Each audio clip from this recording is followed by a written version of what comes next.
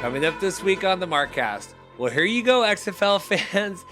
Finally, we are getting some good news. We may not have a stadium for the Vipers to play at in Vegas. Still waiting on a TV schedule, but we are finally getting XFL uniforms. We have our XFL 2023 rulebook. In the words of Kronk from An Emperor's New Groove, oh yeah, it's all coming together. Oh yeah. It's all coming together. Big time show this week. Lots of guests, lots of excitement. Joined once again by ESPN's Kevin Seifert, talking XFL launch timeline, getting his thoughts on the XFL rulebook and everything else from kind of the insider at ESPN, all things XFL. Like, welfare check on you. How do you feel about the XFL December right now? I feel like they're on track. I think we have to be careful to compare it to the exact timetable that the 2020 league did. You definitely want to make sure you have all your T's crossed and your I's dotted, but the specific timing of it, I don't get too caught up with. I know some people were worried that they were behind, and I get that. Then the Professor Andrew Murray joining me again. Lots of intrigue and drama this week, talking about the NFL Alumni Academy's relationship with the XFL. Deep dive, your boy Reed doing lots of homework, sending lots of messages, getting to all of that. Plus, Andy and I are ranking the XFL uniforms, getting his thoughts on the rule book and everything else. And then Ben DiNucci, a new quarterback for my Seattle Sea Dragons. Still good to get hard saying that. Joining the show courtesy of XFL. Really appreciate getting to catch up with Ben. Heck yeah, I'm excited. I'm been getting antsy, chomping at the bit to go play here again, and just to really be able to show people what I can do and kind of what this offense is going to look like, what this team's going to look like, kind of be able to develop an identity during camp and just have fun with it, right? I mean, shoot, still getting to play football for a living. I'm 26 years old, and to be able to be 4 years out of college and still doing what I love is a blessing. So I take every day with the same attitude. And then don't think I forgot about you, CFL fans. Jamie Nye of the Green Zone up in Saskatchewan joining me. Crazy CFL offseason right now. We talk a lot of Cody Fajardo drama, everything else, Blue Bombers, Winnipeg. Is Cody going to end up with the BC Lions? What is happening there? And then Wesley Sutton of the Montreal Alouettes joining us.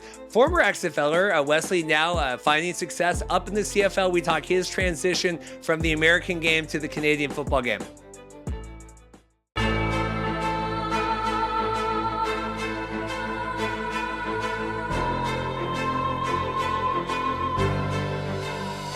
Hey guys, welcome to the Markcast. Reed here.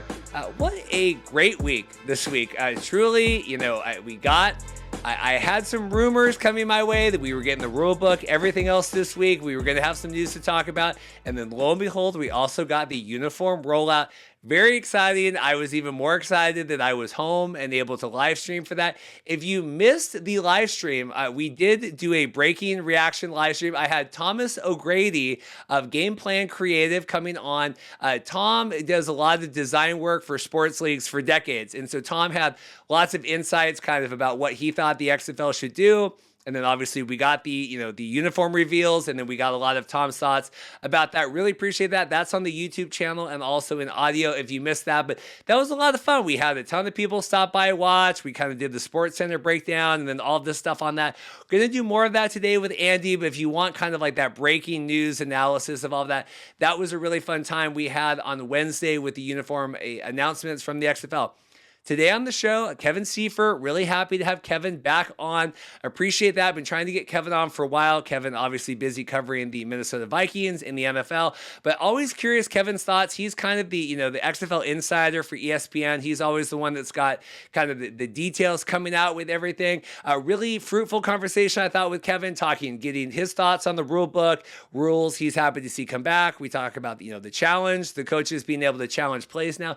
Very similar to kind of what they do in the CFL. I don't know if anyone knows that, but there is a league up north that has been doing that for a long time. And getting Kevin's thoughts on the XFL timeline, what do we think about the Vegas Stadium, all that stuff. Tons of stuff with Kevin. Recorded that before the uniform announcements came down, so we kind of got all the everything else from that with Kevin. But I'm not asking Kevin Seifert, what do you think about the Brahmas necklines on the jersey? So I thought that was really good with Kevin. And then Andy joining me, extended talk this week. Andy Murray, the professor from XFL News Hub. Everything else, your catch-all XFL this week. A deep dive into the NFL Alumni Academy situation. I know that's been getting a lot of traction online.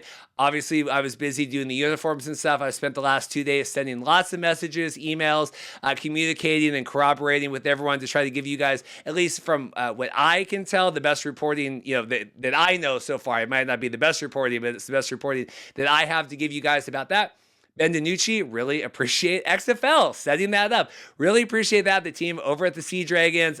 Ben is a delight. Not that I don't love Brandon Silvers, our former gunslinger up here in Seattle, but I think Ben's great. I think his story of kind of the 2020 coming out and maybe not getting as many eyeballs as he should have got, and then he was with the Cowboys. I always thought he should have stuck there and getting released. I'm not the biggest fan of the Cowboys anyway because of my Washington Commanders love, but I think Ben has a great story, super charismatic. I think whether it's him or Steven Montez or someone else, whoever ends up being the QB1 in Seattle, I think we're in a good spot there, and I feel really good about that. I don't feel as great about the Sea Dragons uniforms, but I certainly feel good about the quarterback that's going to be manning that or donning that, whoever that ends up being, whether Stephen Bent or someone else. And then lots of CFL talk this week. Jamie and I coming on. Been trying to track down Jamie for a couple years. Jamie, we hang out we hung out at Grey Cup last year and this year, but finally getting Jamie on the podcast. Really appreciate that. Lots of Cody drama. Did you know Jamie Nye is blocked by Cody Fajardo as well? And I think I gave Jamie some good jokes that he's going to use on there. So if you're listeners of Jamie, hopefully some of my thoughts kind of permeate to what he's doing on there. And then Wesley Sutton coming on. Really appreciate the Alouettes setting that up in the offseason. I know that's no easy feat as well, and really appreciate Wesley, season done, getting ready for 2023, taking the time to do that. I think that's it. I have here, we added, again, lots more subscribers this week with our big XFL uniform reveal. We have this ball. This ball is signed by Brian Scott, formerly of the Spring League, two-time champion, two-time MVP, was also in the USFL before he, tragically got injured, taken out for the season. Rumors are Brian's showing up somewhere in the XFL. He was training with Jordan Palmer, and this ball suddenly got more exciting. So if you want your chance to win this football, like and subscribe. That's all you have to do. We're like 150 away. When we hit 2,500 subscribers, giving this ball away. And then I have a bunch of other jerseys and stuff. Maybe I could get something else from Dustin over at Royal Retros, but we're going to have a big shebang at 2,500 subscribers. So like and subscribe. Stay tuned for that. I think that's it. I think this is going to be a long episode. Thank you guys so much. Lots of work going in this week and bouncing around. And like I said, doing the NFL Alumni Academy stuff. So thank you guys all so much for your support. I'll see you at the end of the show. Thanks. Well, I said this when I posted the teaser this week. I said, big time guest alert. We have Kevin Seifert coming back on ESPN. I mean that. Thank you for coming on today, sir. How are you doing? I'm real good. How are you, sir? We're good. So, lots of emails and we were trying to correspond and we were going to do the town hall event or the local activation events and then, Hurricane Ian. And now we're here. We have team names. We have logos. We still don't have a Vegas deal. We have some other news I think you're going to share here coming up. But like welfare check on you. How do you feel about the XFL December right now? I feel like they're on track. I think we have to be careful to compare it to the exact timetable that the 2020 league did. You definitely want to make sure you have all your, T's crossed and your I's dotted, but the specific timing of it, I don't get too caught up with. I know some people were worried that they were behind and I get that, and that they, there was so much more work to be done. But now that they have had the draft, I think they have their secondary draft infrastructure in place. They're going to have another round of it right before training camps open. They have the training camp situation planned out pretty well, and they have I guess we need to wait on the full schedule of games, but they have a good idea of how that's going to go. And so, part of what they paid for of that 15 million was this sort of infrastructure that was already established. And so I think they kind of approached it with the idea that we're not starting from scratch. We're not a startup. We paid $15 million to not be that. And so, at least in part. And so I think that's kind of the approach that they're taking. And so I think they're on track. I think a lot of people in the football ecosystem are still really focused on the NFL, and the playoffs are coming up. So we'll see exactly how they can compete for attention once the NFL regular season is over. I expect to hear more promotion and that sort of thing, and you'll start seeing it on TV, I would imagine, as well, in terms of promotions. But I think they're on track to where you would want them to be at this point. One of the most fascinating things about all this, because we've gotten feedback and talking with you and other people on the show, is like you said, we paid $15 million. We want all this. We want the fan base, everything from before, but then we really don't want to be like compared to what they did in 2020. Like, this is very much our own thing, and which is great. But like you said, I mean, you're buying this stuff, you're acquiring these fan bases. We move cities and all this stuff, and timelines. Like, you don't get one without the other. It's always fascinating that's the feedback I get from this, when this is the bet that you have made. Yeah, and I don't think that, and it's not as if an association with the 2020 version is like bad for business or bad, like toxic. Like, obviously they went bankrupt, and I think we all know the reason behind that. And I don't know that anybody thinks it went a whole lot deeper than that. That it was pretty successful. They sort of blazed the trail for what was to come later, which was the USFL, and also now the second version or the third version of the XFL. And so I don't think there's any harm in the association. I think, sometimes I think, I don't know all the details, but I think some of the attempts to separate have been kind of business related in terms of what they can have copyrights to and what they can have trademarks and what where they can get insurance and all those kind of things. And so I don't sense from them any desire to ignore the fact that there was a 2020 season.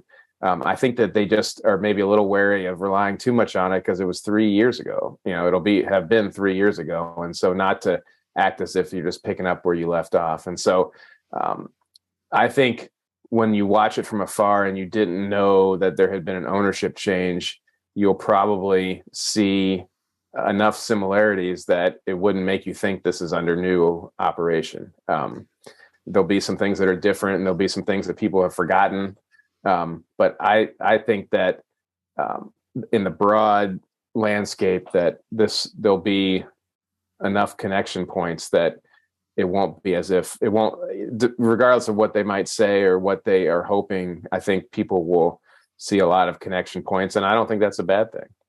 It's interesting because I've heard both, and because I talk with, I'm obviously way more deep in the weeds with this than you are with a lot of this, but a lot of people it's not going to look the same or it's not going to feel the same. We just did. I won the hat. I don't know if it was because I run the Markcast or not, but the XFL the Sea Dragons did an event over the weekend. Like, that was kind of the first pop-up event after the town hall, trying to get some of this interest. Like, I'm just curious, like, we're December here. I feel like it was months before, and like you said, competing with the NFL, I just don't know. It's a really hard time coming after the Super Bowl.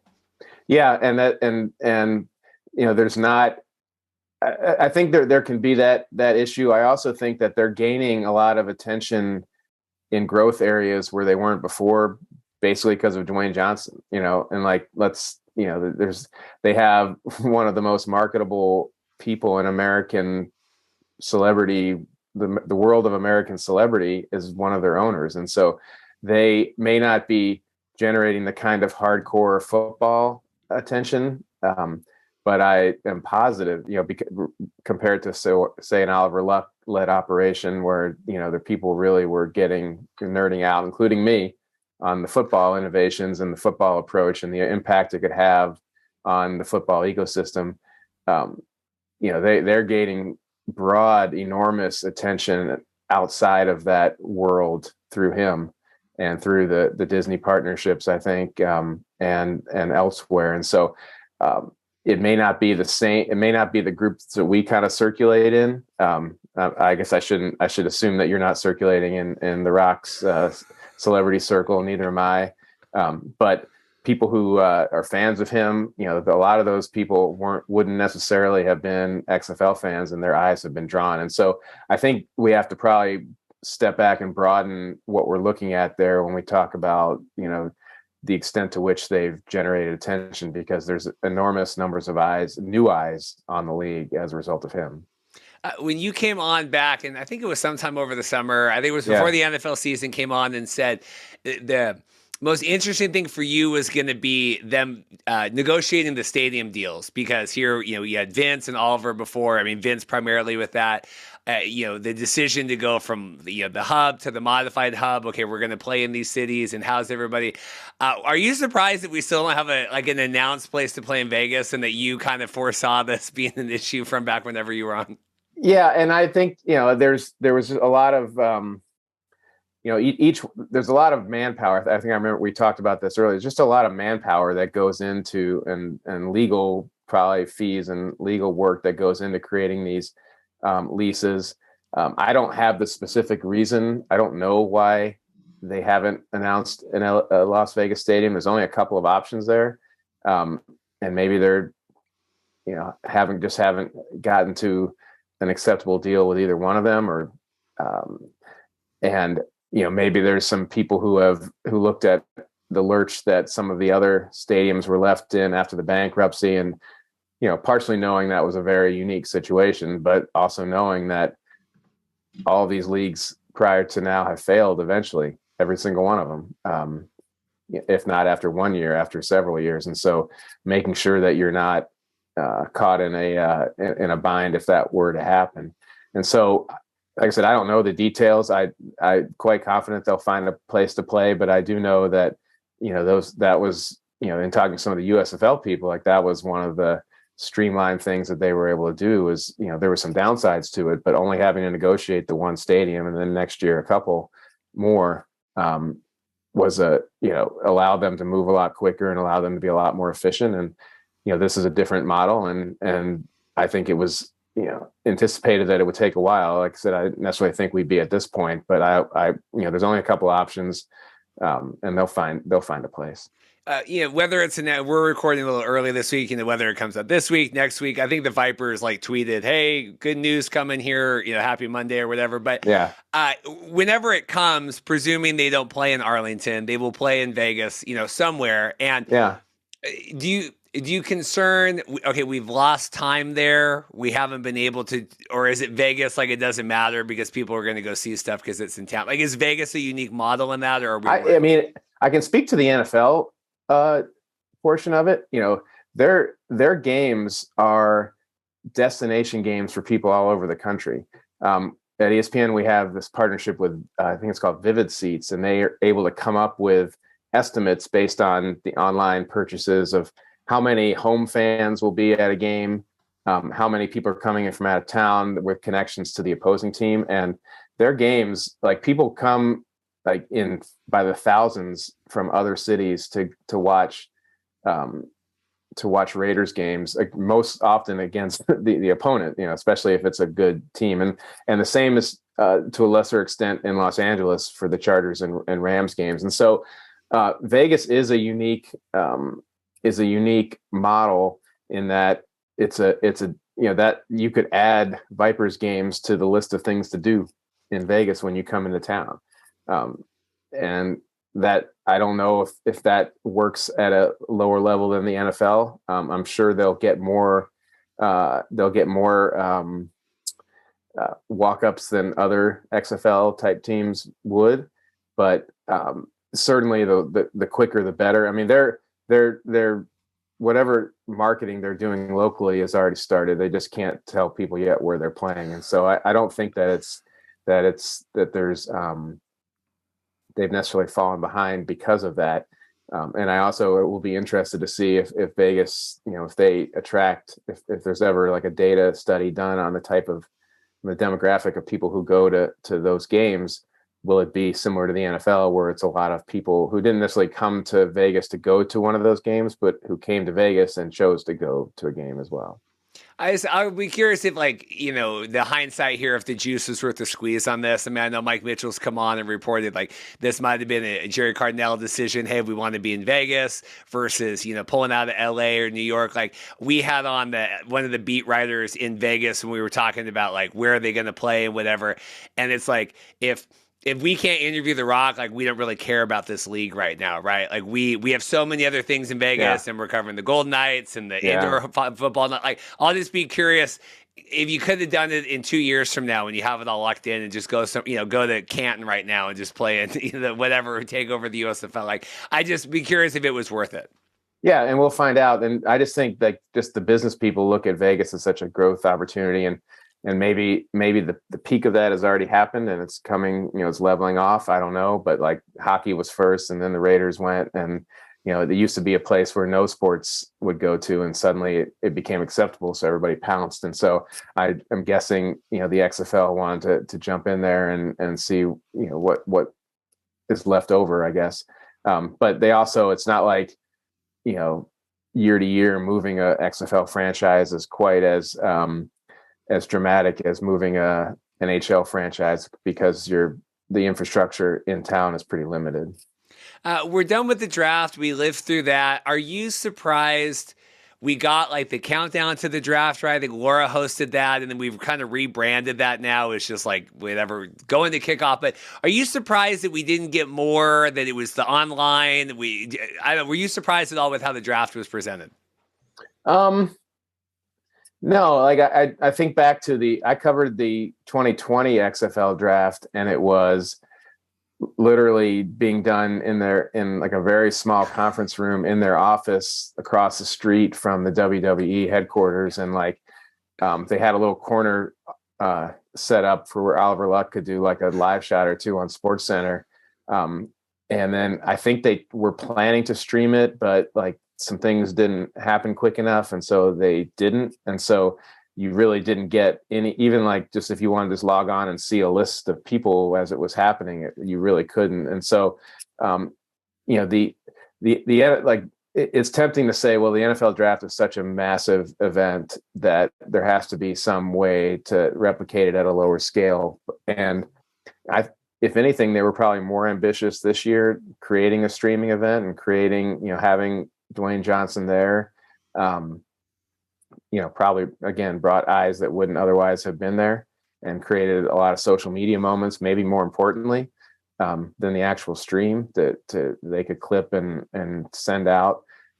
So if anything, they were probably a little more ambitious. Like, I know there's an exclusive deal with Disney and ESPN, and that's way above my pay grade, but it was more than what they had done the first go around, and more than the USFL did as well.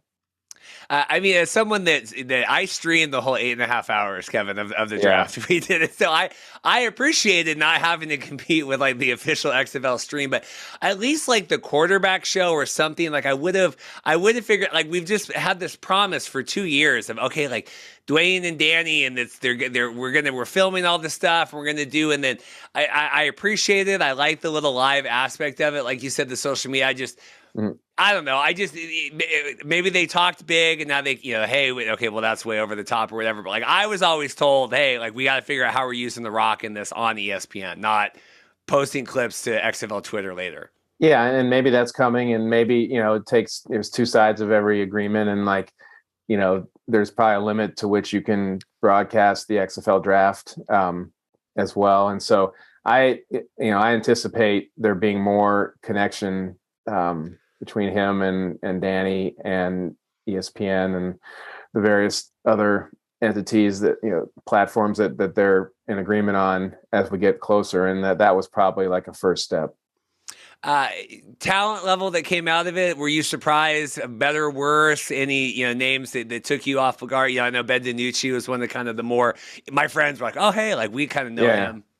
Well, I had initially gotten a hold of a list of the people in the quarterback pool, and like DiNucci was by far the most well-known name, and I was like, this is interesting. And I talked to Doug Whaley, and he said, like, yeah, the profile is basically guys that are a couple years out of college and either got cut from an NFL camp and haven't really had a chance to play, or maybe they got hurt, or guys who have been sort of languishing on practice squads for a few years and are number 3 guys and aren't getting on the field and need film if they're going to elevate their chances. And so he was very upfront about, it being NFL related. And then, the first two picks were Kyle Sloter and AJ McCarron, whose names I had not gotten.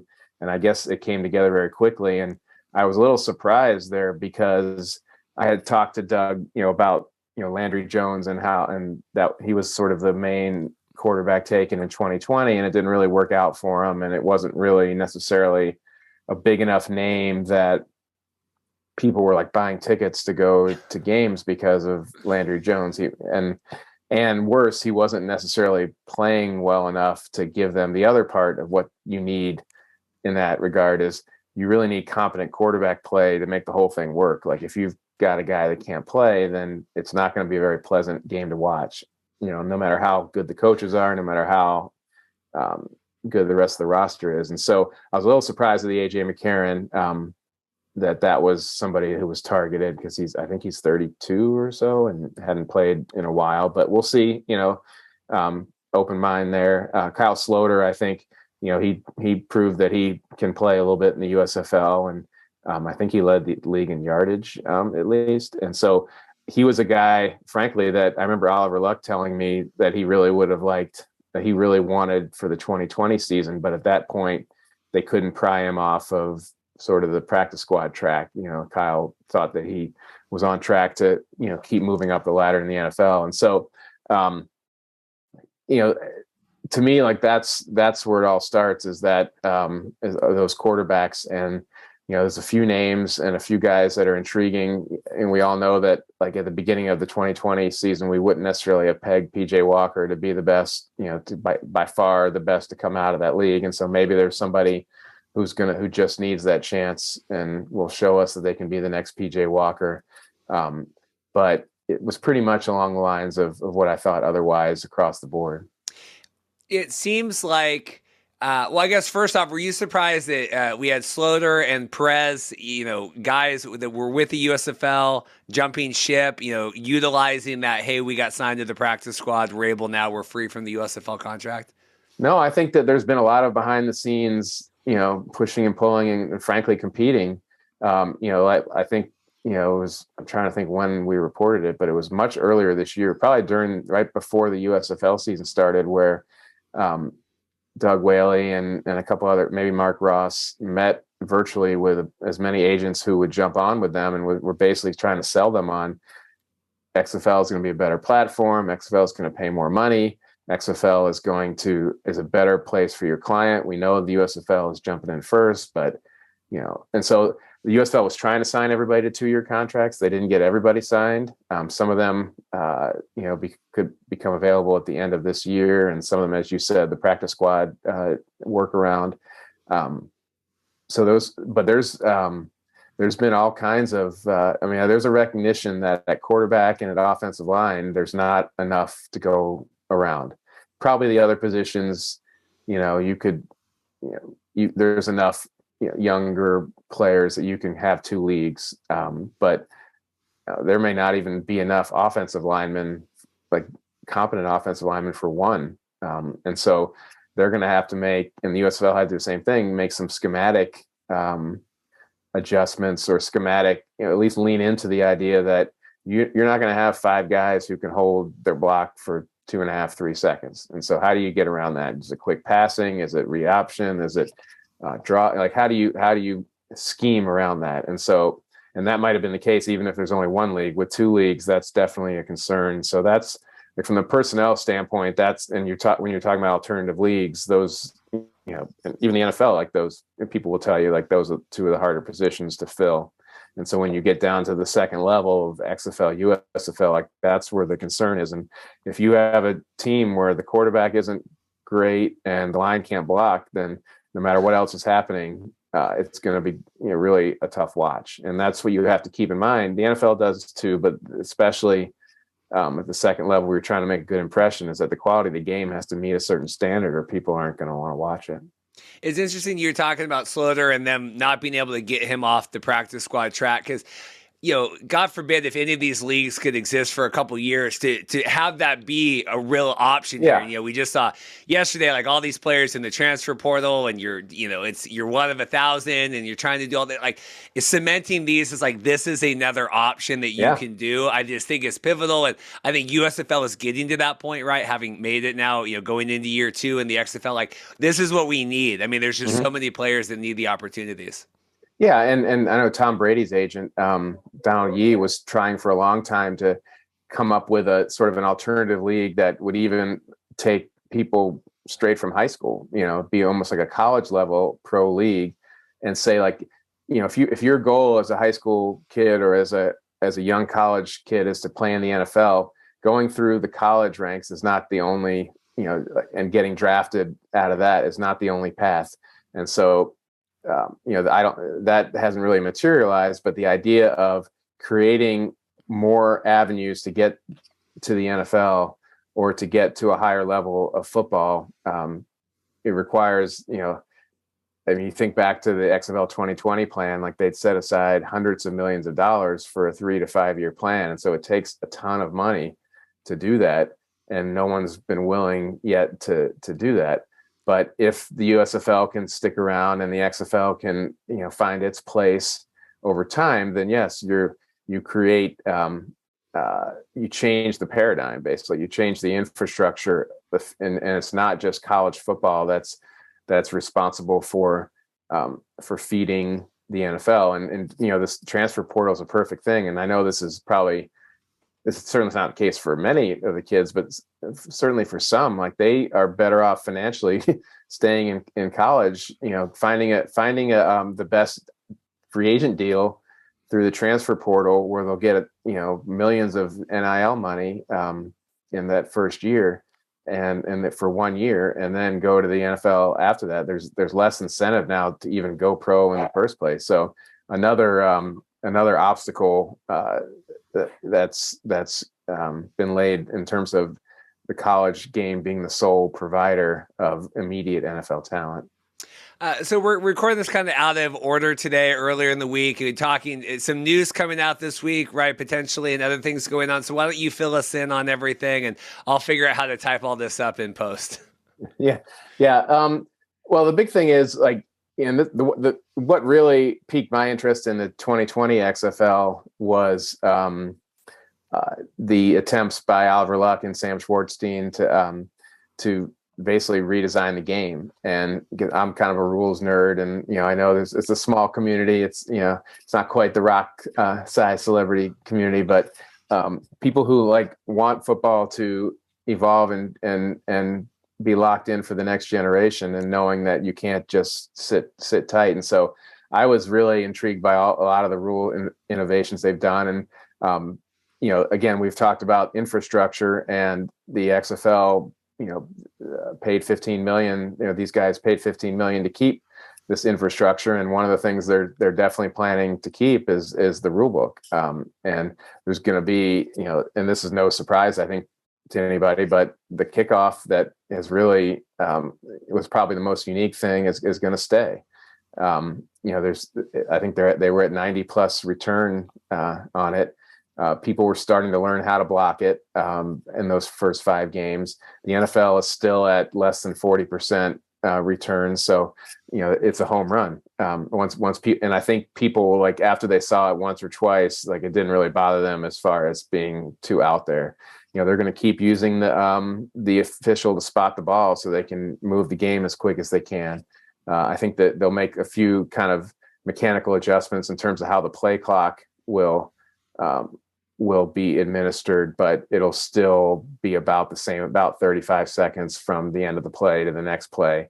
I think they're still hoping that they have a quick enough game that it's well under 3 hours. They're still going to have the 3-tiered extra points that people that I think people liked, and they expect most people to go for 2 points, but that 1 and that 3 are there. If especially that 3, if you're trying to come back, people have to realize that 9 points is a 1-score deficit in the XFL, and so like that, to me, like that's a really interesting and cool thing to think about as you're watching those games. and Dean Blandino has sort of taken over as the head of the officiating and rules and innovation and all that. And so one thing, he was the NFL's officiating chief for a long time, and he dealt with things like challenges and replay all the time. And one thing that he is going to try, I think, is allowing coaches to have one challenge. It used to be the previous XFL in 2020 was that it would all be reviewed upstairs. So coaches will now have one challenge per game, and it can be anything. You can challenge, a penalty. You can challenge whether somebody was out of bounds. It's not that kind of limited thing, that set of objectives that you see in the NFL, except for the 1 year where they tried to review pass interference. So in the XFL in 2023, if you see a pass interference call that you think is wrong, you can challenge it, and then Dean will review it in the command center or wherever he's located, and could overturn it. And so like that's something that's never really been tried. Because it could be holding, it could be offensive holding, it could be illegal block, it could be hands to the face, quarterback, roughing the quarterback, any of that stuff. And so and the big thing will be on Dean to come up with a way to create a standard for, here's what's acceptable, here's what needs to be turned over, and be consistent with that at all times. And if he can do that, and he can show that can be done, that could have an impact directly on the NFL, because the NFL position right now is that it's too hard to judge. We don't want to add another level of judgment. It's too hard to judge whether something should have been pass interference or should have been offensive holding. We're not going to try. And Bill Belichick, among many others, have said for years, like, why not? Like, why can't we're the NFL? We're smart. Why can't we come up with a way to use challenges for anything? Like, if I lose a game because a referee thought that a pass rusher hit a quarterback in the helmet and he didn't, and we can see it on TV, why can't we fix that? And so I'll be watching that part very closely with Dean and the XFL. If he can just show over time that it is possible to establish a clear standard and to be consistent with it over the course of a season, I think that could open some eyes around the NFL as well. What's interesting, I'll try to get you off here in a second, but now you just popped a couple of quick questions in here before you go. Because it's interesting, because we got the whole thing this year with the roughing the passer, and it was like the back-to-back weeks. It was the Brady game, and then I think it was Carr that got, or was it Mahomes? I can't remember the second one where he got hit. And, people are going crazy, like, why can't you challenge this? So I cover the CFL, like, you can challenge all this stuff in the CFL. Yeah. And so it's weird to me that it's always weird to me that you can do this in the CFL, which seems to make sense. Can't do it in the NFL.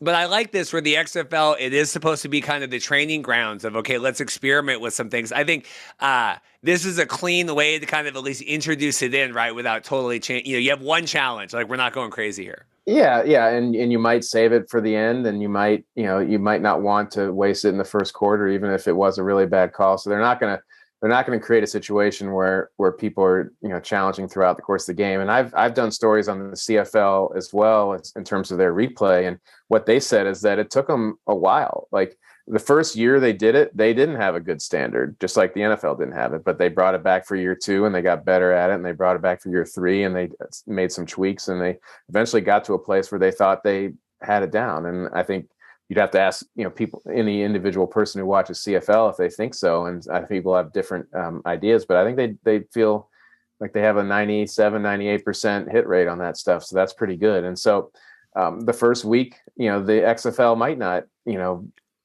have it down, but hopefully they stick with it, and hopefully it comes back for another second year and they can stick with it again and show that over time, this can be done. I don't want to be the XFL homer, but do you, with the USFL having lifted a lot of these, the good, we're going for 3, tweaking the overtime, they don't do the kickoff, but they move back the kickoff. And now the XFL is coming back like, hey, this is our stuff. Your thoughts on that, and just kind of these two competing properties utilizing some of the similar, there's so many tweaks you can do and still have it be football. Well, it's a copycat world, and like, nobody is going to, out of pride, ignore a good idea. And so I'm sure that if you talk to the 2020 people, that they hoped it would influence the NFL a little bit, but they knew that if another league came along, that they would grab some of that stuff. And so then it just becomes like whose innovators are more innovative, because what's the next step? Where can you push it further? Like if you want it, you can stay ahead and like let the other league just continue to pick up what you came up with. Or you can just kind of sit tight and just say, we've done all our innovating. Now we're going to go play football. And I think that they, made enough tweaks that it's clear that they're not just going to sit tight, but they need to know that the USFL would be silly to not pick up and maybe make their own tweaks to stuff. And one thing the USFL did throughout their first year was change the rules. When they saw something that wasn't working, they would change it and right away, right after the game, whether it was field goal kicking and the type of ball they were using or other things like that. I'd be surprised if the XFL felt like they needed to do that, but ultimately your goal is to have the best product. And if there's an idea out there, no matter who came up with it, if it's good, it's going to get stolen and not even steal. That's probably too harsh for a word. It's going to get used. And you've produced this out into the public ether. There's no trademarks for, I don't think. I guess that would be an interesting idea. Could you trademark your rule book so that nobody else could use it? I don't know, but it hasn't been. And so, it's fair game.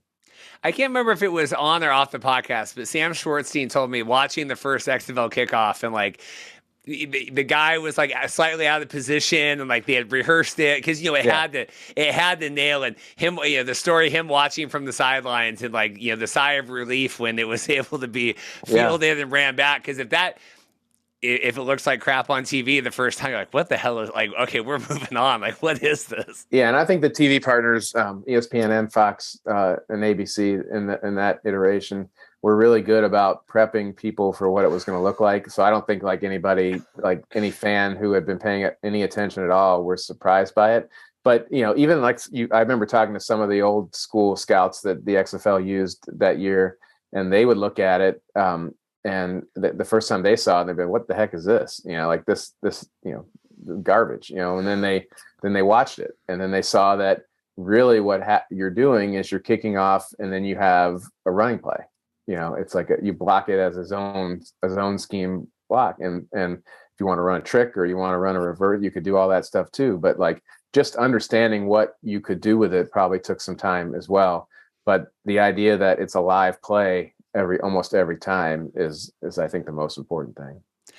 Anything else from you today? I really appreciate it. I know busy NFL and covering the Vikings, and currently my Commanders are hanging in there on the bye week, but that was a tough game for us on Sunday. But anything else before I let you go? I really appreciate it. I know you're busy. Yeah, well, no, when you say that, I think the one thing you can rest assured is there will be no ties in the XFL. You're referencing the Giants Commanders tie Sunday, and the number one goal of the XFL overtime rules was to avoid a tie. And so I think that you will not have to worry about that in the XFL for sure. Okay, well, Kevin, I really appreciate it. Continue doing the Lord's work covering Kirk Cousins and everyone over there in Minnesota. I really appreciate your time today. Thank you again. Okay, thanks for having me. Well, when we bring the Professor Andrew Murray back on, we have a lot of things to go through. And this has been quite the week here. First off, because we have a lot of stuff to go through here. But general thoughts, how are you feeling the week? We have rule books, uniforms, Alumni Academy drama. How are you doing right now? It's overwhelming. Really. It really is, after just months, weeks, almost literally years of radio silence. It's pretty amazing that we're just getting so much kind of dropped on. I think you made a good point yesterday about how this is like kind of one of the last flags or one of the last notches kind of that we've had to go through. And it's great that it's finally here. But man, it's been a wait. It's been good. Yeah, the episode this week, it's all coming together. We have Kronk and an Emperor's New Groove. So I think that's going to be good here. So a couple business items tonight. I know there's been a lot of when you was talking about the Alumni Academy stuff, we were doing the uniforms. I have people writing on the live stream. We had Tom O'Grady come on. I thought that was really fun, the uniform live stream. I have done a lot of research the last couple of days, talking with Mike Mitchell, corroborating all of that. I've sent out a lot of messages to people with the Alumni Academy. I know that Mike has as well. And so this is kind of everything I've put together. A little bit of a monologue, and then we'll obviously get Andrew's thoughts on that. This all kind of spurred, Donnie Woods, brother of Brian Woods, tweeting. I think it was the day. It was the day they said the uniforms were coming out. They said, Donnie goes, "Hey, hearing that the Alumni Academy partnership isn't working with the XFL anymore." First off, just what is your understanding of what's going on? Just because I've done a lot of research. So what's your understanding of what's going on? Because I feel like that will be the consensus of what most people's understanding is. Yeah, as soon as that came up, the first thing I thought was, okay, well, where's the sourcing on this? I want to know who's saying this, because that was news to me. I had not heard anything about that on my end. So I went dug a little bit, and from my angle, it seems that maybe there are some potential rumblings about what was promised, maybe in terms of the academy promotion, as far as the players getting into training camps and being able to move into their spots in the XFL.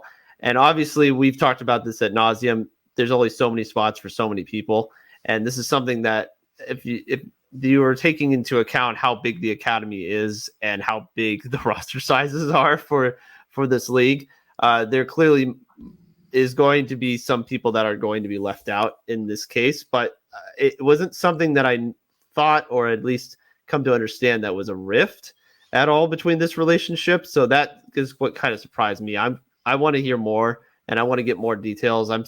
But that's like that's the surface level understanding of it. It's so weird to me. I've had people from the Alumni Academy on. I know we did the big deep dive. It was like the day that all the shop leaked all the names. So I think that kind of got buried. But like, I feel like we have seen this coming a mile away, where the XFL only has so many spots. The Alumni Academy has X number of people. And I never saw the math working out right. I never saw that, because the original guarantee NFL Alumni Academy, the sole purpose is get people back to the NFL, keep them in game shape. You come here, we're going to train you during the season. You can jump up. B, if you do not, if you graduate from the Alumni Academy, you're not able to make it into the NFL, you get a camp spot in the XFL. Not necessarily you get to a roster, right? Maybe you don't make it through cutdowns, but you're at least going to get to a training camp spot. And you're sitting there and you're thinking, well, there's 1,700 people in the draft pool, and then we have all these USFL people, and then we have more USFL people that are coming in at the end of December, and then we have what looks to be 200 roughly Alumni Academy, 50 a session, 4 sessions. The fourth one seems to still be going on right now. That I know there's been some reporting that maybe the 4th session has been halted. There's new content being posted, but you're adding in 200 people. You can't, there's not any way that you're going to guarantee all 200 of those people roster spots. Does that make sense with what I'm saying? No, it does. And I wonder, I'm not sure if that's like a clerical error on their part, on whichever sides or parties fault it is, that number wasn't really accounted for both sides. I mean, we know that we were going to get numbers from the USFL. We were people who were going to defect, I suppose, and come over into this league. That's the word I would use. Or maybe even potentially interested parties from other leagues, the CFL. We know about the IFL partnership. We know about free agents that are floating out there that are trying to look for NFL opportunities, but may ultimately end up trying to weasel their way into this. College athletes graduating. You're starting to talk about numerous portals of entry for players. Now, I'm just wondering if there was a solid in writing promised allotment of spaces that were made to the NFL Alumni Academy. That's what I'm trying to understand here. Now, the guaranteed roster spot the training camp spot, that you had brought up, obviously is something that I'm not sure if that's something that's being fudged now, or if that's something that perhaps now has been sort of reevaluated by the league head office, by the XFL, and maybe in consideration for where other players are coming from now, maybe there's some sort of dial back of that promise. I'm not sure. Maybe there's a disagreement. in this case. It's unclear, but I can see if there was a promise set in stone between the two parties, and now if there seems to be some sort of not negligence, but maybe some sort of backtracking by the XFL, perhaps maybe that's what's causing this supposed rift. And to be fair, and like I said, so if anything I have wrong today, please let me know. Like I said, I got numbers here I'm going to quote. Let me know. I mean, this is just what I'm doing. I wanted to get everything together for everyone. I do think, however this shakes out, I don't think it's a great look for the XFL just because I think they've relied so much on this. Like, look, we're working with the academy. That's working with the NFL. I know that the XFL is also working with the NFL. Like, okay, we're developing rules and like the greater good of the game. But a lot has been lifted on, laid on this. We are working with the Alumni Academy. They're working with the NFL. Keep in mind, the NFL Alumni Academy is an independent. I mean, they're allowed to use the branding of the NFL, but this is not like, Roger Goodell's not, managing. This is, from what I can tell, under his purview. But so the XFL, like I said, roughly 200 players going in through the academy, 4 sessions, 50 a session, 150 have graduated thus far. The XFL right now, the numbers that they have, they're going to bring 66 players into camp, and then they're going to cut that down to 50 for the season. And during each week, 45 of 50 players are going to be active. So most of the teams only have about 10 spots left. DC has 12, but you figure the number is 8 times 66. But each team through draft process number 1, there's only even 10 more spots per each team. And that includes like, okay, we're getting the extra USFL guys and all this stuff here when, December 31st comes about. Only about 45, 50 NFL Alumni Academy guys thus far are in training camp spots. So you figure that's about a third of what it should be. And then would be a fourth of what it ultimately would be if session 4 were to complete. The way the Alumni Academy works, they don't collect tuition from the players while they're in, session, whatever, in school. You get to the NFL, you get on the practice squad, you get to the XFL. That's when they get paid. So if an academy member graduates and he makes it onto an XFL roster spot, they owe the academy $8,000, and that is paid. They take 30% of the player's net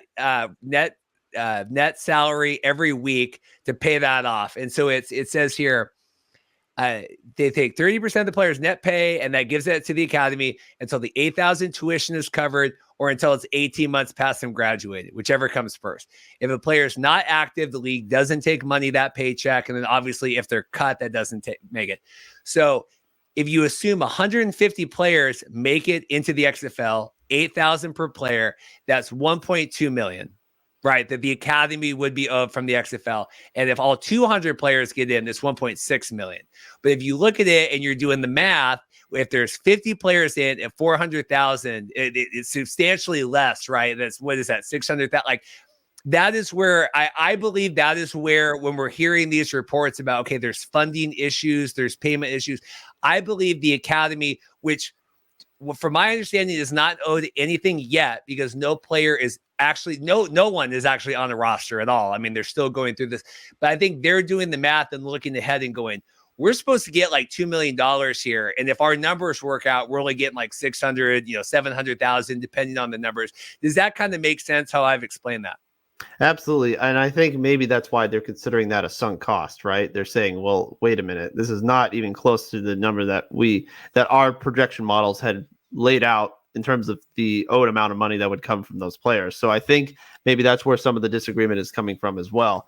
And I guess for the XFL in that case, do you start to pay out of pocket to try and keep that going? If you anticipate that is going to be an issue going down the stretch into January and February and beyond, then do you start to just kind of dig into your pocketbooks and try to make up for that and tell them, hey, we thought there would be more roster spots available, there would be more availability. There's been a change in our model and a change in our scouting, change in our in terms of what players we were going to get. So we're going to have to compensate you for having these players and the ones that we promised that won't be able to make it at this current time. So I just wonder if that's what the strategy is going to be for the XFL, if they're willing to do that. If they are not, then that might start to sever some of the ties here. And maybe then you start to see some of those things come undone. What I'm curious, though, and I'm not sure if this was part of your research or conversation with anyone else, in regards to, say, like the hub partnership with USFL, I'm not sure if that is something else that is like an agreement with them in terms of allotted players, saying whatever players come out of hub are going to go there. I know it's not an academy and it's not tied to a larger affiliation, so it's a much different thing. But I do wonder, is there some kind of like maybe similar agreement in place? Because that is another, also like just looking at like parallels of relationships. I know they're also very different too. Yeah, from my understanding, the USFL one is more, or with the hub is more, we're going to have the scouts here. We're using this as kind of a pipeline to get these guys first looks. I've always understood the XFL NFL Alumni Academy as being a lot more cut and dry. I have my note here that, obviously the number one goal is to get the players to the NFL. I think a very small percentage of the players are doing that. So the academy, I believe, is very much, from Mike and I's conversation, again, this was all ran through Mike Mitchell today, but this put all my notes together. We don't know of any other financial agreement in place. Like the XFL isn't paying Mike Tice to coach here, in the Alumni Academy or whatever. This is the idea that, hey, we have this money coming to us. We see we're not going to get it now, or we're certainly not going to get enough. And I do believe, like you said, the XFL either at some point is going to have to fund the remainder of that, either to keep the relationship going, fund it, and then walk away and be like, here you go. This didn't work out the way we wanted it to. It's however they choose to handle it. And I don't know which is less messy or more, whatever, copacetic. But that is, to me, where we are hearing these rumors of there's funding issues. It's not like XFL had a check that bounced. It's, hey, we see this money coming and we're doing the math, and you guys aren't going to be owing what we had originally anticipated. Yeah, maybe. I'm not sure, again, if that's a miscommunication error or if the XFL just decided to suddenly turn heel and do something else. Again, maybe, and maybe make an overpromises again, overly promising what was going to be had in the NFL Alumni Academy and what they were going to be compensated. That seems, at least from what we've talked about, that seems to be the issue here. But again, I want more like details and sourcing on this too, as far as like official word from anybody else in the camp, from the NFL Alumni Academy side. I don't think the XFL is going to say anything about it until it's actually a problem, or if it just ends up, kind of being swept under the rug. But that's sort of the thing that was not going to be answered until we're not going to see it and come to fruition, I think, until training camp, honestly, until January rolls around and we start to see the numbers in full form. Well, and I think to give the XFL credit, and I don't want to it's not okay. Like, I don't, whatever this comes to be, because I don't want to be like the XFL homer guy here, but it's kind of like, hey, I'm going to throw a birthday party for myself, and I don't really know how many people are going to come. So I'm going to invite all these. It was like you're planning the wedding. Okay, I'm a wedding videographer. I'm going to invite 200 people. And then you're like, oh, I did, we don't, like I said, maybe they didn't anticipate we're going to have all the IFL guys. We're going to have the USFL guys. We're going to have all this stuff. And now you're like, okay, we don't have room now. We don't have so many tables. I firmly do not believe it is a monetary issue, because I think the XFL certainly can afford 1.2 million or 1. Whatever that difference is. I don't think it's like we don't have it. I think it's we do not have the space, and we are trying to cut this off now because we're certainly not going to have more space because we have less than we already are anticipating right now. Yeah, I think they were just trying to give themselves all the options to recruit as much talent and the talent that they wanted in the first place, and to make sure that that talent was available. I think they've realized that. I think they have enough in that regard, because maybe they also saw some of the numbers bear out in terms of who was drafted and the players that were going to commit to the league. And maybe in their initial evaluation, they thought, okay, maybe the X number of players were going to move on and go to the NFL, or they were going to go to the CFL. They're going to stay put in the USFL. Maybe they started to see, oh no, actually this many people are actually going to end up committing, which might be a sign for the contract or for the commitment. I'm not sure what the word is, but the thing that they have to say at the end of the month, at the end of this month, say, I'm going to be part of the league. and be in the XFL. And also keep in mind, we're still waiting for those other USFL contracts to break at 12 on the 31st. So that's the other side of the coin as well. The other guys who are waiting to contractually be free so that they can actually test the waters in the XFL. So they still haven't even gotten through that wave yet, and the supplemental draft. So there are still other parts to this, again, that are sort of in flux right now. Not to mention, the end of the NFL season. If you're going to start seeing guys who are going to start dropping like flies or maybe saying, hey, I didn't really play that much this year. I actually feel fine. I want to play in this league instead. CFL free agency, the free agent list that's out there right now, that's pending at CFL free agency. I mean, there's still a lot of moving parts here. And I think the XFL maybe just started to realize, okay, actually we're pretty set. But then in turn, now we have this with the NFL Alumni Academy. And this is just Reed's opinion. I don't want this to be this commit, but maybe they looked at the talent in the first 150 and they're like, this isn't up to the level maybe that we wanted it to be at, or we expected a different. And I'm not saying that, because they're going through all, and you got these guys and they're trying to get back to the NFL, and it's, they're missing, even when we did the thing before, it's okay, these players are missing certain things, or they're trying to work, or they've got personality things. There's all these different, everyone's trying to work through this academy stuff. Maybe they looked at it and they thought, God, we only drafted 30 of these guys anyway. Now we got another 50 we got to look at. We're never going to, I don't know. That's just, I could see that as well. I could see them looking at it and being like, we need to get out of this now. I don't know how contentious this is. I can tell you, mixed messages coming back from people that we heard from, involved in the academy here. Anything else? Did I do a good job? I don't sound too homerish. Anything else on this before we get to the uniforms and rules?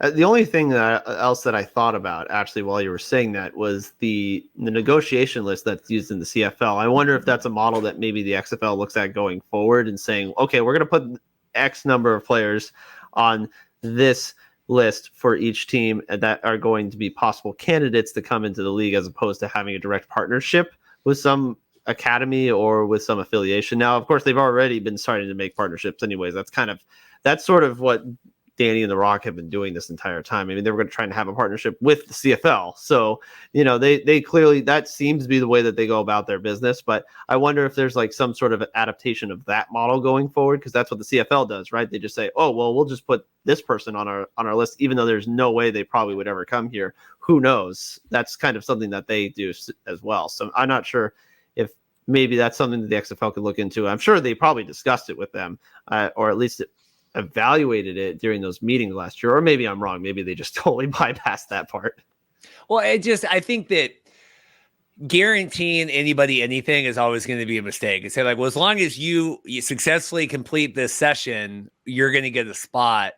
I think that's hard. I mean, I think, I don't think there's malicious intent here of oh, F them. And but there's a lot of guys in this, and it's well, God, okay, we're not going to carry 87 players for every roster coming in here. And this guy was a bum or didn't work out. I don't know. I mean, I think there's a million things, but that's what I know. Waiting to hear more on that. I don't think it's the best look. I want to get more, but I also want to set the record straight. I don't think that it's we're, Jerry Cardinal's bouncing checks and we're not, the XFL is bankrupt. I do not believe that is the case. And like I said, I think the difference of the money is not substantial for a company that is Redbird that, controls. I think that I don't think that's the issue. No, this is not AAF funding issues. I think it's very vastly separate from that. All right, so now we're going to transition something fun here, and we are going to talk through. We'll do the uniforms first. We can kind of go through all this here. Like I said, I did the deep dive with Tom, on the live stream, but I do want to rank them today now that we've had time to kind of live through it. First off, what was your general thoughts of the XFL, the new kind of improved XFL 2023 uniforms? Well, now that I've had time to ruminate on it, I actually really like the presentation of them. And the thing that actually kind of pushed me over the edge a little bit was the promo video that was released last night on The Rock's Twitter about him and Danny going through the process of looking at the uniforms, sort of doing the discussion, talking about how to piece together and thread it all together, really seeing Danny Garcia's acumen with fashion designing. And I thought that was really cool to finally see that on hand and seeing her in the process of discussing like, okay, I want a little more tightness with this part of it, or I want more threading here, or I want to talk about like how's it gonna look or fit in this way. That was really cool, and I like that they finally showed that more in the flesh. But as far as the uniforms themselves, I mean, I am very excited to see them on the players themselves. The mannequins are cool, but obviously, a mannequin is a mannequin. I want to see it in action in person. I think it's going to look really tight on the actual players themselves. As far as the colors go, it's going to be hit and miss, which we'll get into in a minute. But I think as far as the overall presentation and showing them off, I think it was very well done overall.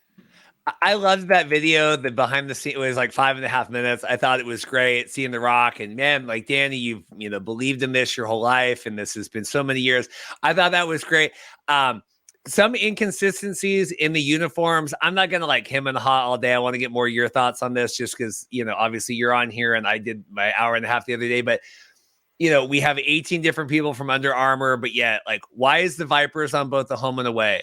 Why is the Defenders both on home and away? Why is the Arlington, the Renegades on home and away? Like, I thought it was supposed to be the home jersey had the city name, and then the away jersey had the team name. I think that's really weird. I don't understand how that's not consistent. I get wanting to have different elements, and we want the Vipers to have this or that, but like, it should be the home team should have the city name if you want to do it that way. And then the away jersey should have the away team. I would put the team name on all of them because wearing white jerseys for Reed is a problem because I just spill all over the place. So I would rather have the orange one that I'm going to be forced to wear begrudgingly. I would rather have that say Sea Dragons on it, but that is where it is.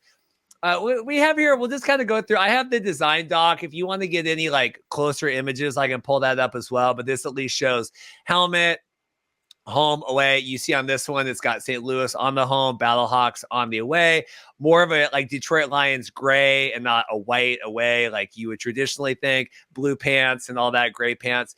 This will probably work better for the YouTube than the audio podcast. But general thoughts on the Battlehawks? So with the Battlehawks, I like the coloring design, and I actually like gray. I'm a big fan of gray in general, but especially in football uniforms, I like that little gray, foggy, gritty gray. But the only thing, obviously, which has actually caused some consternation amongst the St. Louis faithful, is the helmet. Man, not having that sword is quite the bold statement, and in such a bold statement that there's already a petition online to get the old helmet back that's starting to circulate. And I think that maybe I wonder if they were just thinking that was too flashy, or perhaps that didn't go with their more sleek design. But look, I don't think it was cartoony in any way, shape, or form. I liked it a lot. I think it was iconic in some ways, and I really wish that they had still had that helmet.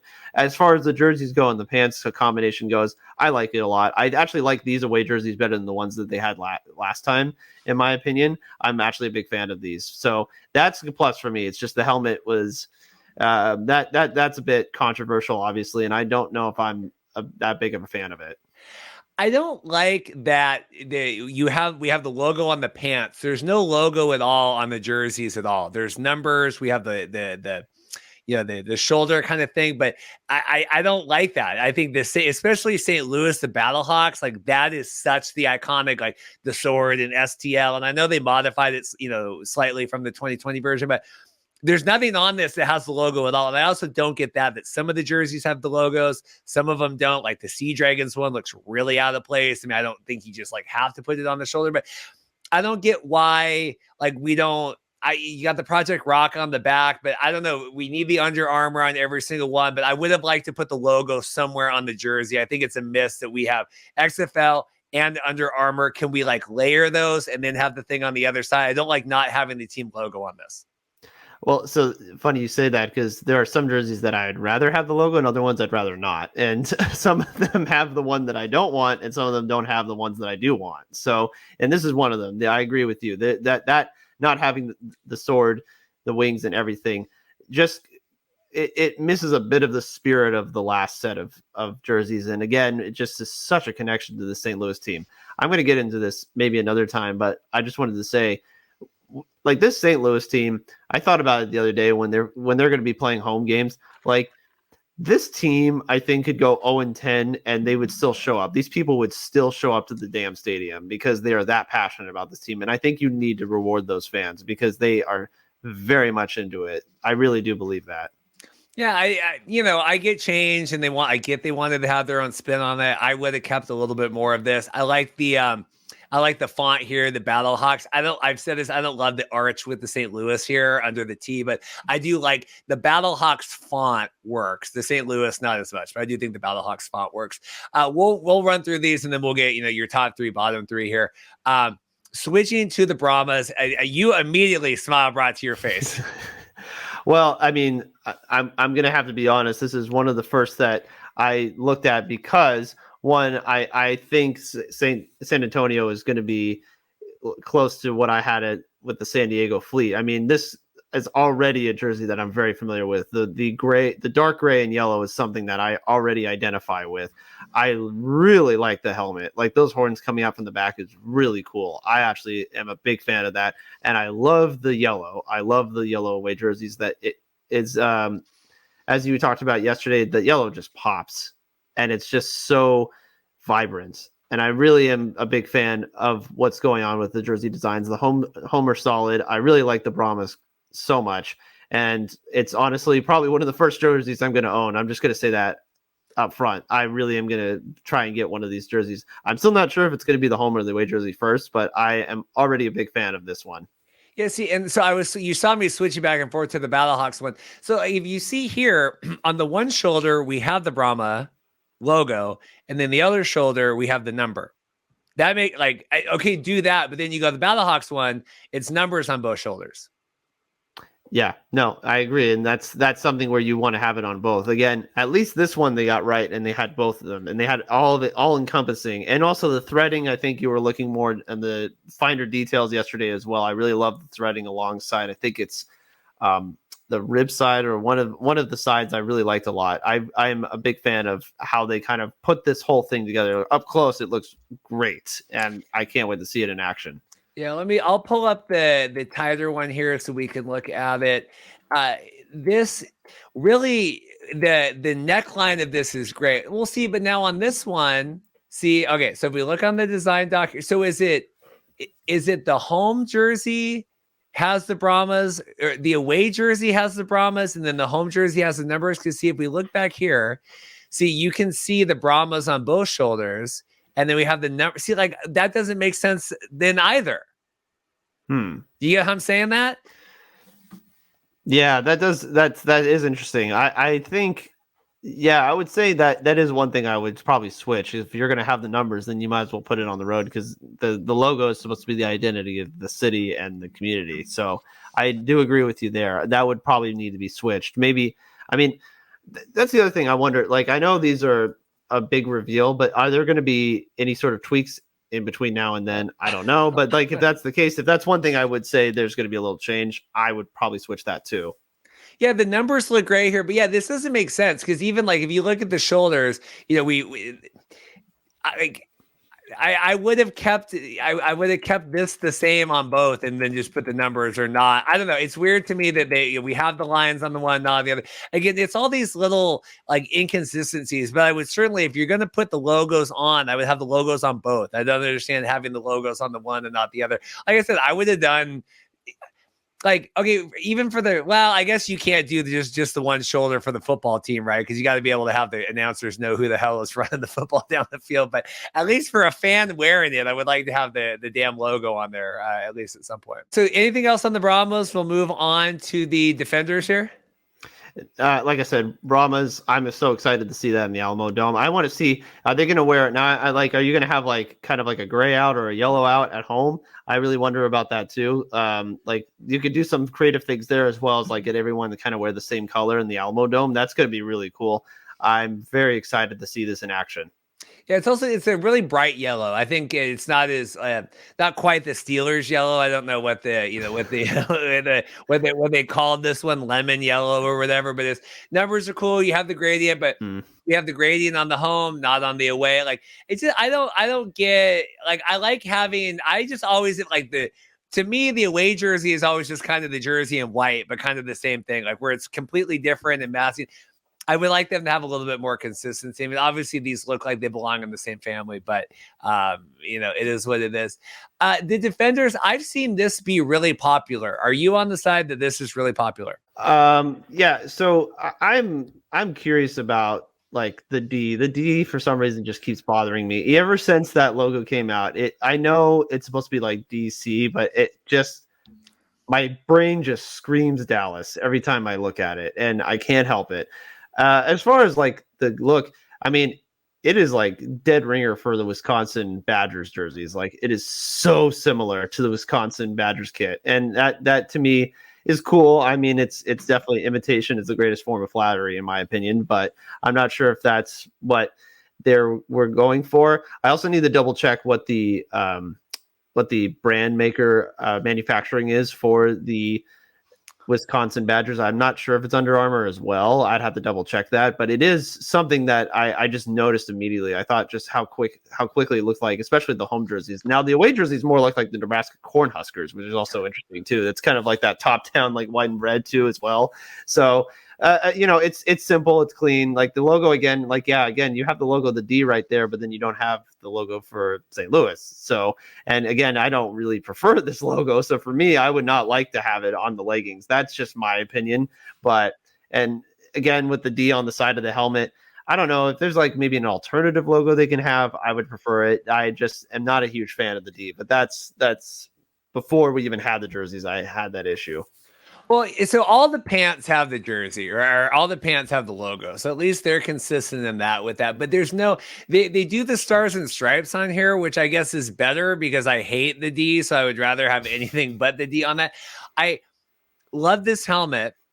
I love this away jersey. I do not understand for the life of me why you wouldn't just put a little bit of the gray camouflage over the red. I understand wanting to have the bright red, but like we have this design element from the helmet to the away jersey, and it's not anywhere in. I get we have the stars and stripes. I would have found some way to kind of overlay just a little bit of gray on that to keep it feeling a little bit more like in the light. It looks almost like it has it, but if you look at it doesn't have it on there. So I don't understand that where you have this really nice detailing on here. I think this is probably one of my favorite away jerseys, and it just doesn't exist in here at all. I think to me that doesn't make sense.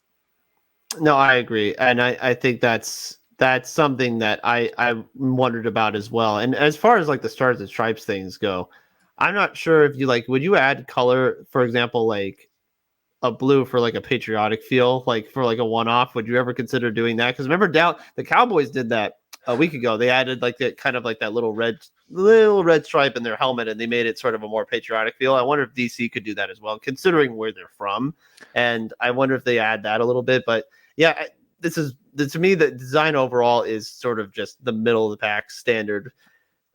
I hate to use the word bland, but it's not something that's inspiring as far as anything that's out of the box for me. And so this is kind of like the middle of the pack for me. But that D just bothers me. I can't get over it.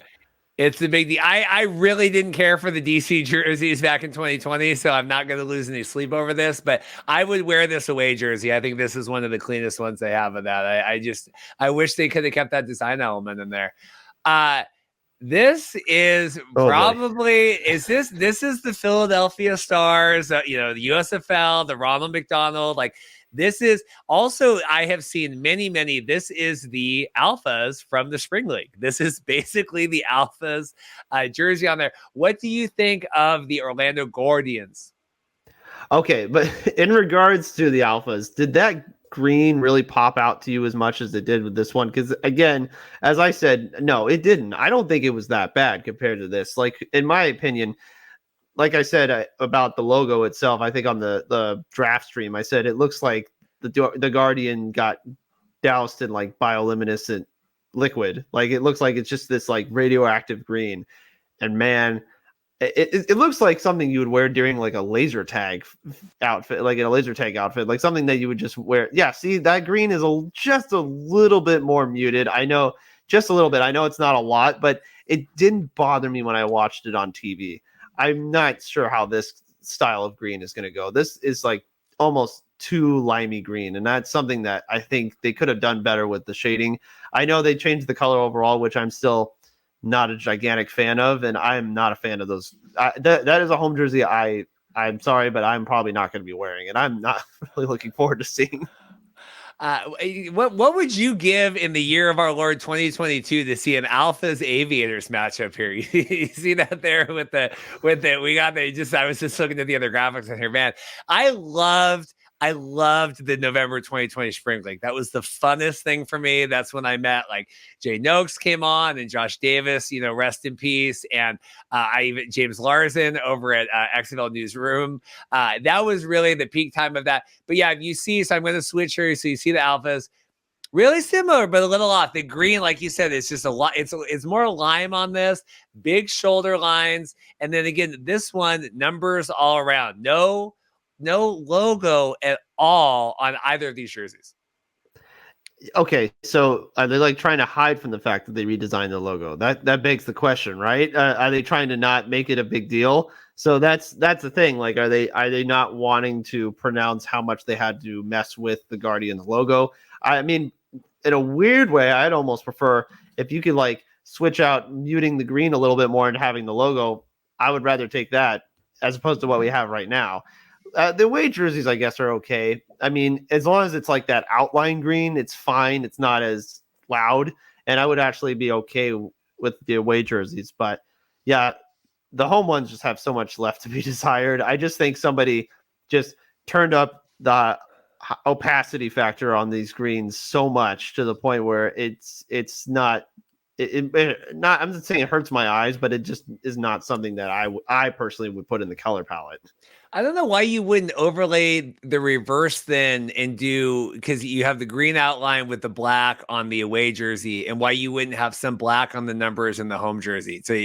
So again, I always view the away jersey like, let's invert it and just call it a day. Like I think if you would have taken every one of these home jerseys and just inverted them, I really think you would have been more successful than some of these. But yeah, even this green, like this olive green, I like better than this neon green that's on that. I don't know. I'm staring at this. I don't think it's as offensive as I remember it being, but it is pretty bad. I mean, it's definitely the worst, but I don't know if it's like, I don't know. I don't want to be a homer, but maybe, I don't know. I don't know if it's that bad. I think it's just, well, again, because it's lime green and forest green on top of each other. I think that's what's a little overwhelming about it.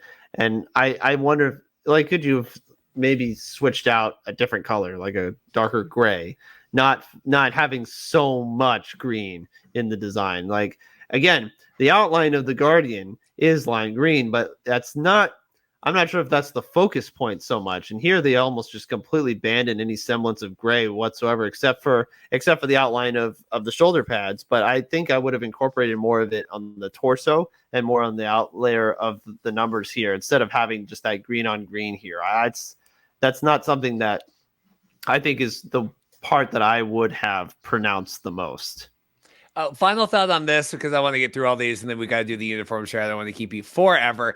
Another thing on this, so if we look at how this actually is, this is like a pea soup pea green, or like a urine green, right?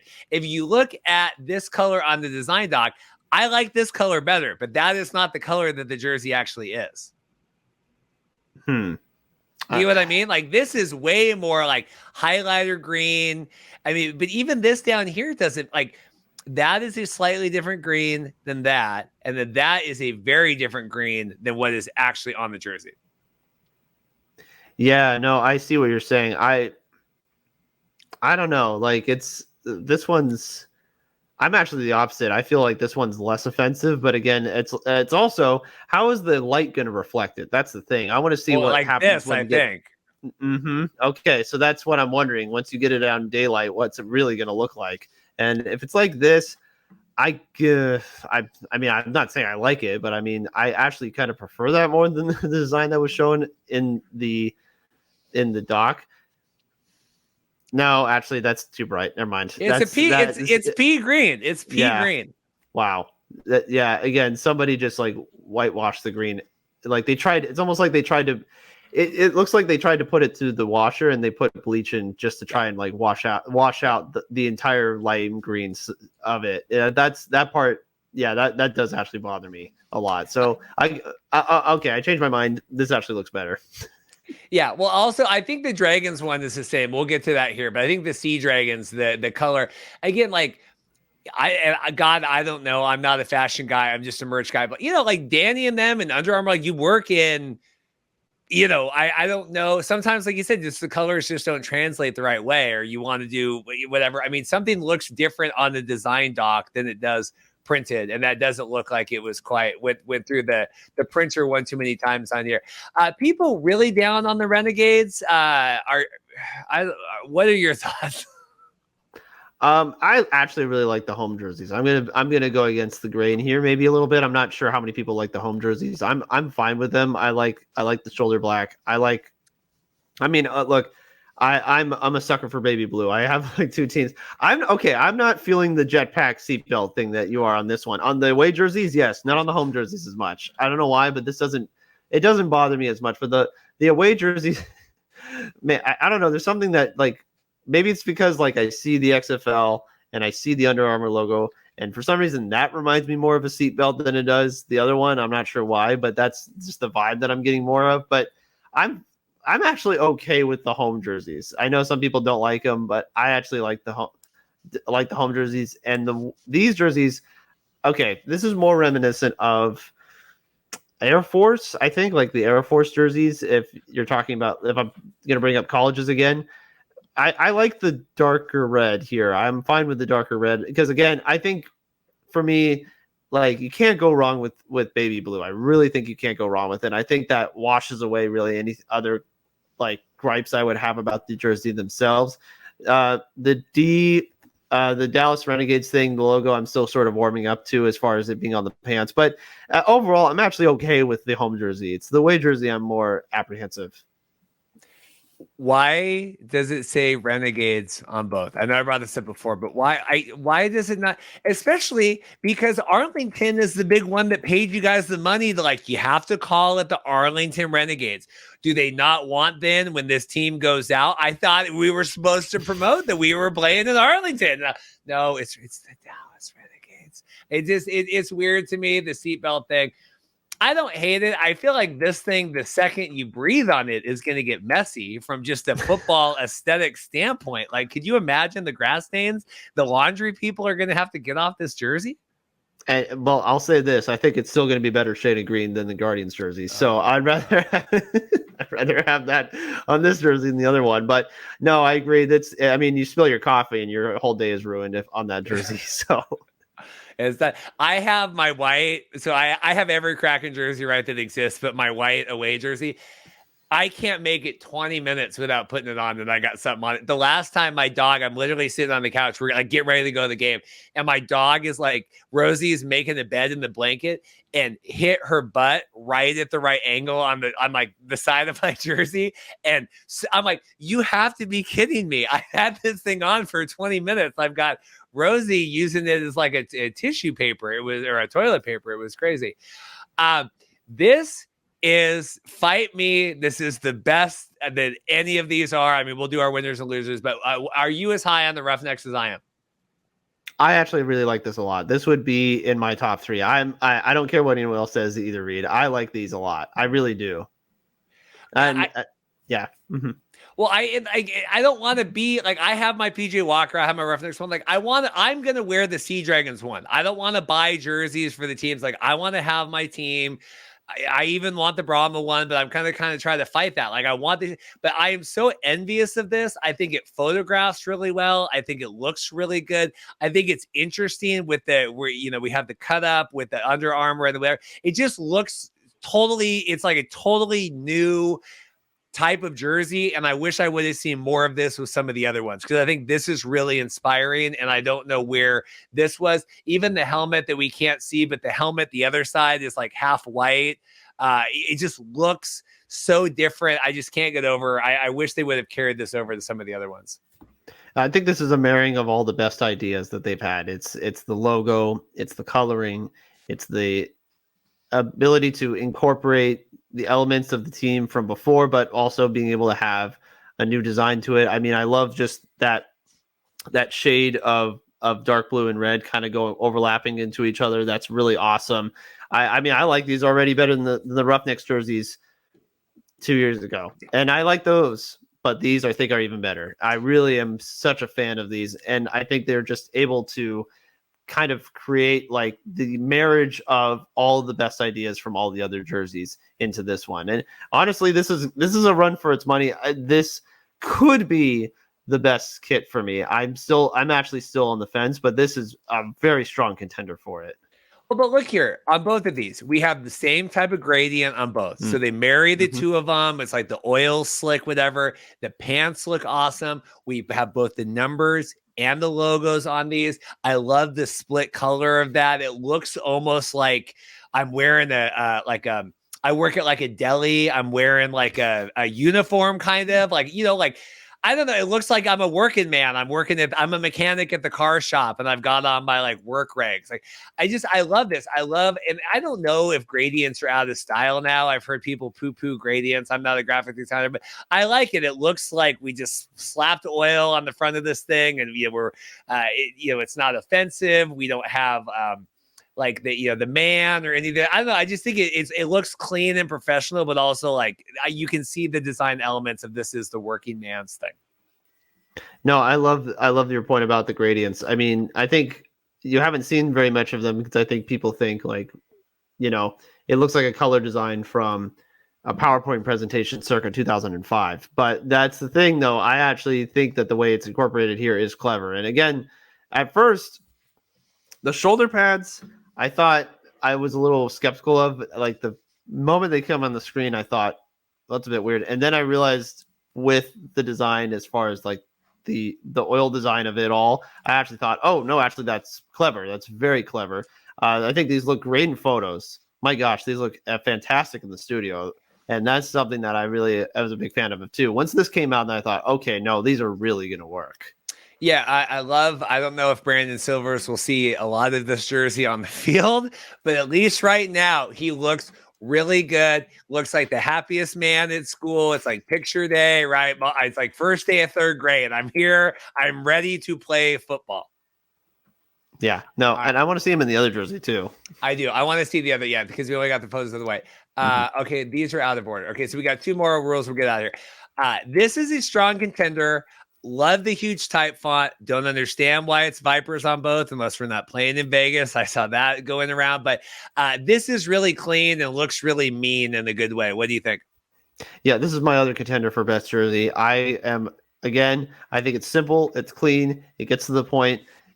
Maybe you would like Vegas on there, especially with that being the whole identity of the team. And we'll see. Okay. First of all, I just want to say really quickly, that whole conspiracy theory about like, oh, are they going to actually play in Vegas? Look, Rod Woodson's already been going to Golden Knights games and like ringing the bell and telling people that they're going to play there. So I don't think that's going to be a thing. I'm just saying, I don't think they would put him. I don't think they would embarrass him like that, in my opinion.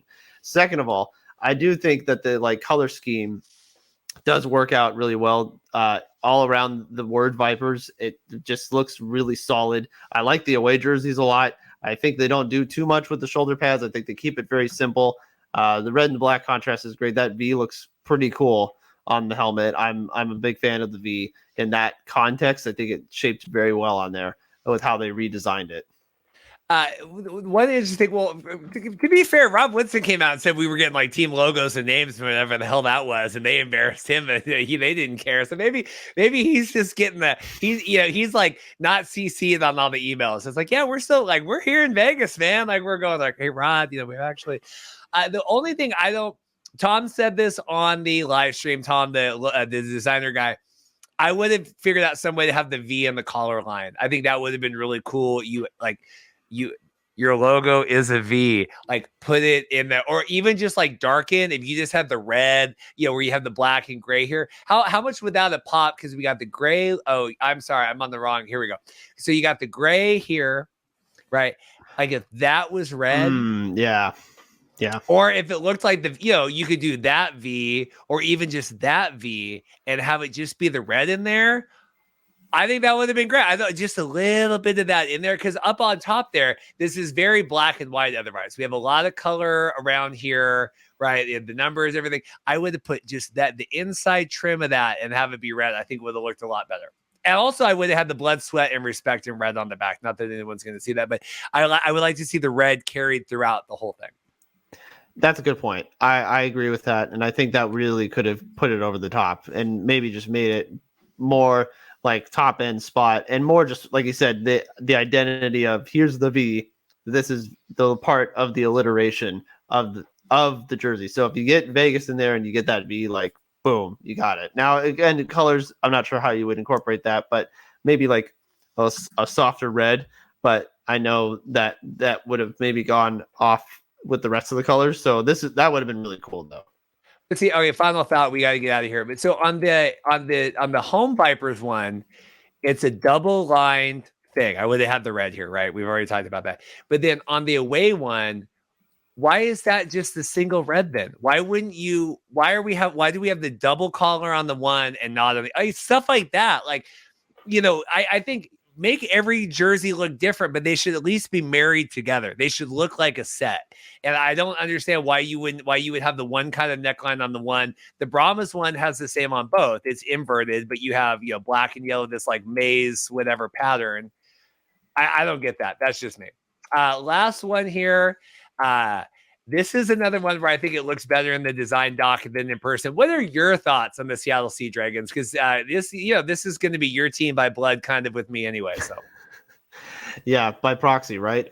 Look, I think the orange. I don't know why, but I was actually fine with the orange in the last iteration of the Dragons, and with the Sea Dragons, I don't know if it's with Trogdor the Burninator on top of it, but there's something about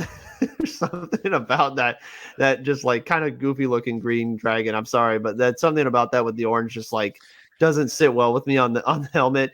And look, again, I'm not sure how this is going to look in person. I think it's a bit questionable as far as like the color grading on here. But anything with like, I don't know why, like they got the yellow so right with the Brahmas, and yet with this orange with the Dragons and the green with the Guardians, this kind of messed with the opacity meter a little too much again. And I just don't know if that's going to really translate well. As far as the jersey goes, maybe the pants will look better. I'm fine with like the jersey again on the away jersey, but there doesn't seem to be as much identity with it away. And I'm not sure if you feel that way.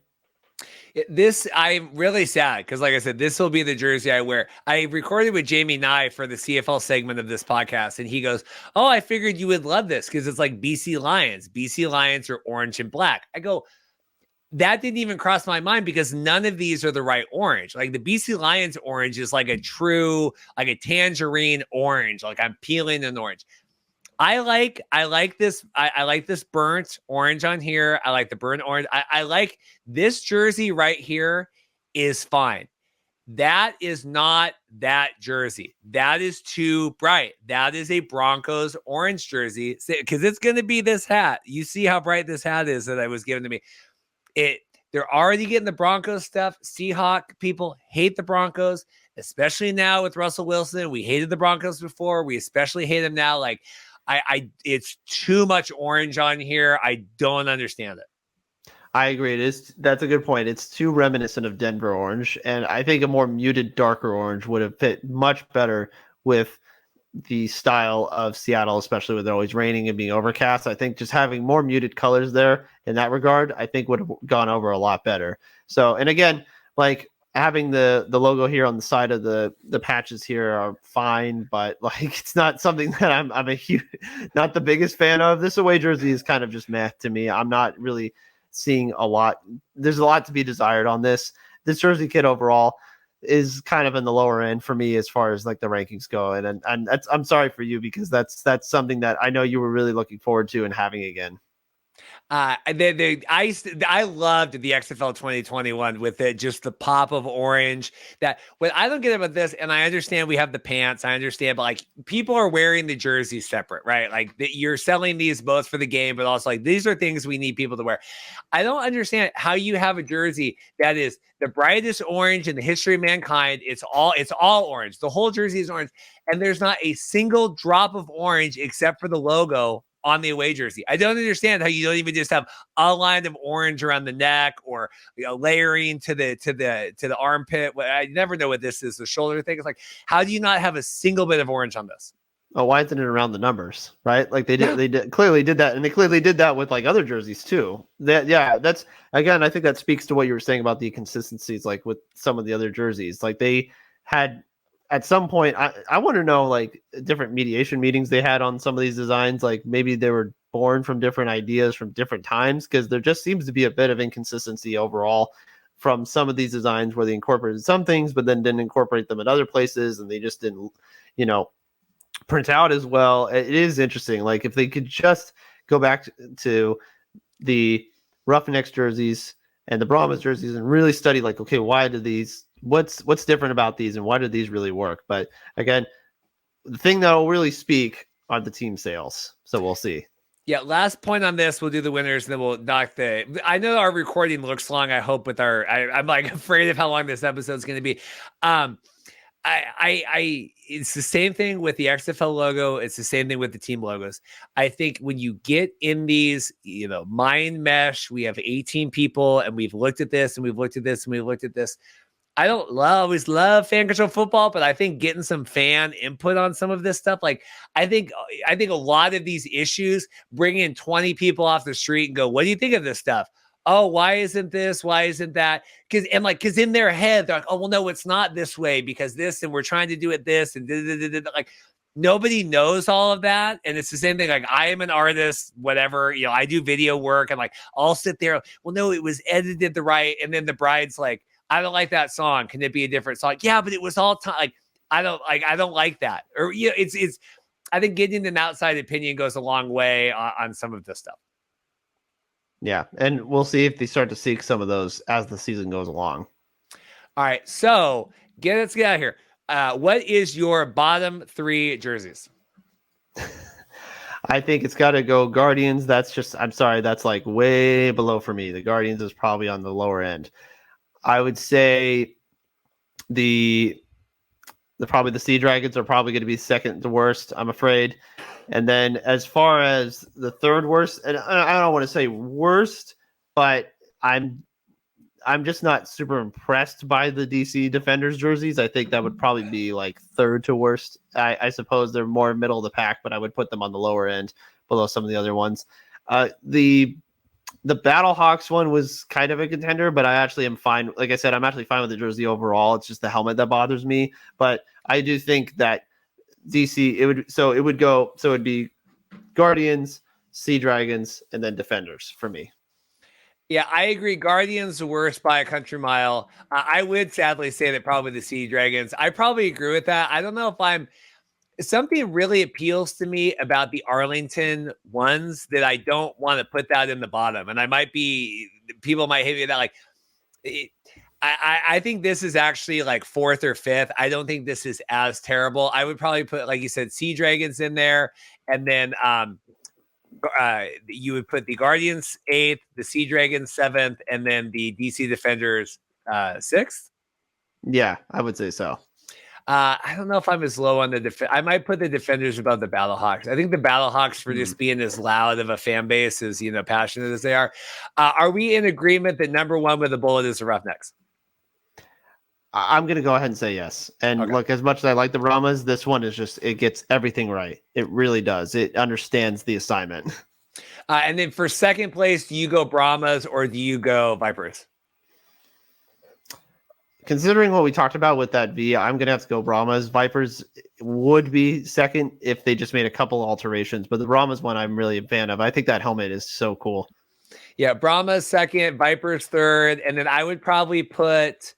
I would probably put Renegades 4th, Battlehawks 5th, and then I probably put Defenders 5th and the Battlehawks 6th in there if I whatever those numbers end up to be.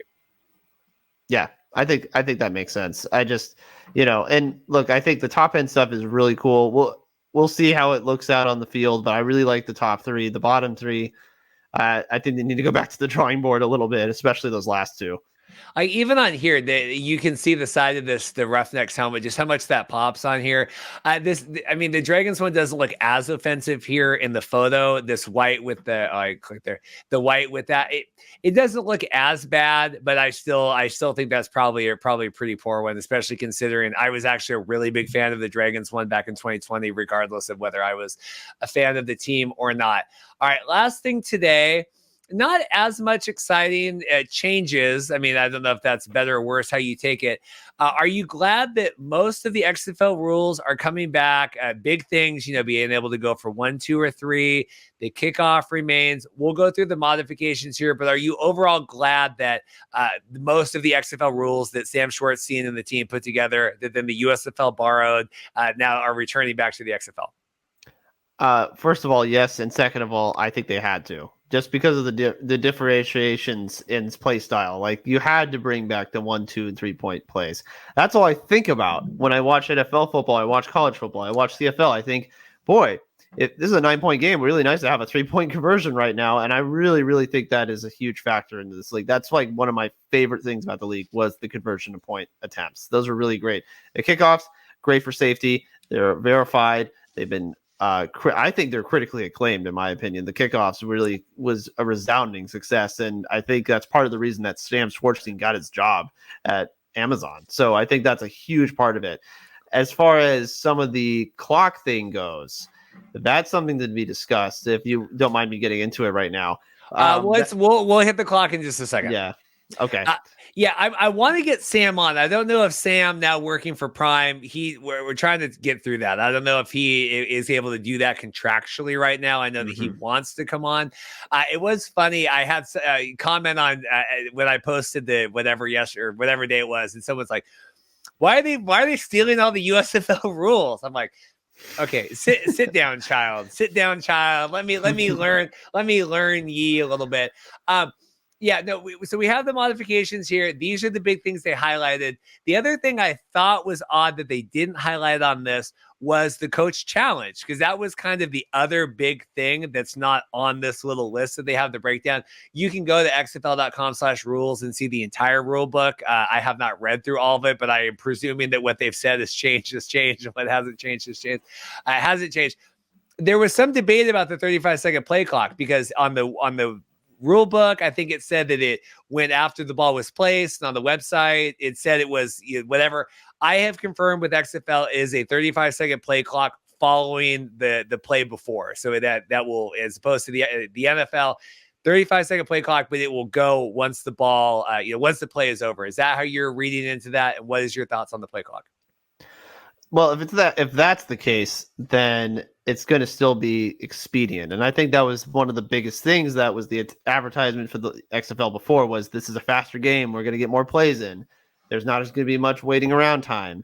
There's going to be time to actually just be able to go and get on the ball. Now, some people might want to have more time in order to have the play be processed and be able to have the next play call ready. But look, I'm all for expediency, and I'm fine with not having to wait around so much. Now, it doesn't bother me so much because I think that's just part of the game. But for maybe the average audience, it's something that will appeal to them. So if it's immediately if the play's over and they start to get into their bearings, then that's something that will, I think, be fine overall with the league. Yeah, I think it's good. I didn't mind it before because I think it was 25 before, but it was like after they placed the ball right. So they've added, but then it's from the end of the play. So I think Max and I were talking, I think it's basically 3 or 4 extra seconds. It's not quite 10. People are looking oh, I'm glad they get 10 extra, because it was 25. They would place the ball, then start it. Now it's a 35 running clock once the play ends. So you're getting slightly there. They want to get in and out of the games.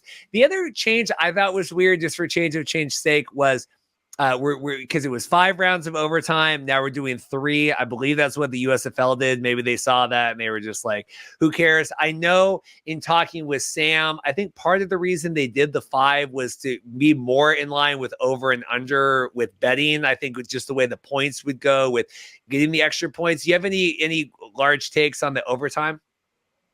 Well, I mean, that's the thing. We never really got to see it play to fruition in the XFL, and it only played out once in the USFL. Now, it was such a mismatch because it was between the Breakers and the Panthers. And I mean, if you're a team that is not really sound in fundamentally in like short, got to have it plays, and the other team is really good at it, you're at a huge disadvantage. And I wonder if like decreasing it to 3 is just kind of sort of just getting it out of the way immediately, as opposed to having to wait around for 5 plays or however many it's going to take in order to get the game over with. I wonder if that's just like getting to be more expedient.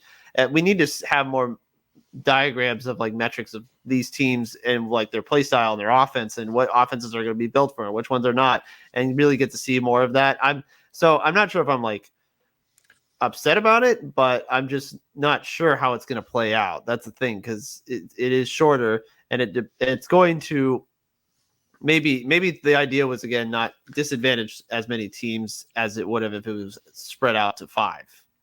If you paid me $1 million, I couldn't tell you who did the overtime game in the USFL. So kudos for you for remembering that. I couldn't have done that. Yeah, it's good. I mean, I think they're just trying to shorten it, get in and out. I mean, it's such. How many tie games do we have in the NFL? We had one the whole season in the USFL, so I think it's cool. I mean, it adds to the the talking to 7. I mean, I know the Commanders just tied last week, and that wouldn't happen in the XFL, but I'll take it. I'll take our half point, whatever, right now. So we're gonna have 3 timeouts per half, and then the other thing, and this is weird because this was like the fan-controlled football. Or this was like the AAF thing that the fan-controlled football adopted, and then it went to the USFL now, right? And then the XFL. Do I have the lineage of this like long legend alternative to the onside kick? You're going to keep the ball 4th and 15 in the 4th quarter only. Thoughts on this? Yeah, no, that is very much, again, the lineage goes back to the AAF in that regard. And I think that's going to be more appealing to some teams than others. I think it's good to have it as an option, because then you have teams that will go, okay, do we trust our special teams to get this kickback, or do we think our offense is potent enough that they're going to be able to convert this? And you can play that out. You can have analytics. You can have measuring sticks as far as like what would be more amicable for your team to convert. I'm fine with that. Again, it's not something that I think is going to be used maybe that often for certain teams. I don't know. I don't remember it being a huge factor in the USFL, because one of the arguments was that, oh, well, more teams are just going to do that instead of like kicking the ball off. That did not happen. A lot of teams kicked off regardless, because I think you had a lot more conservative coaching.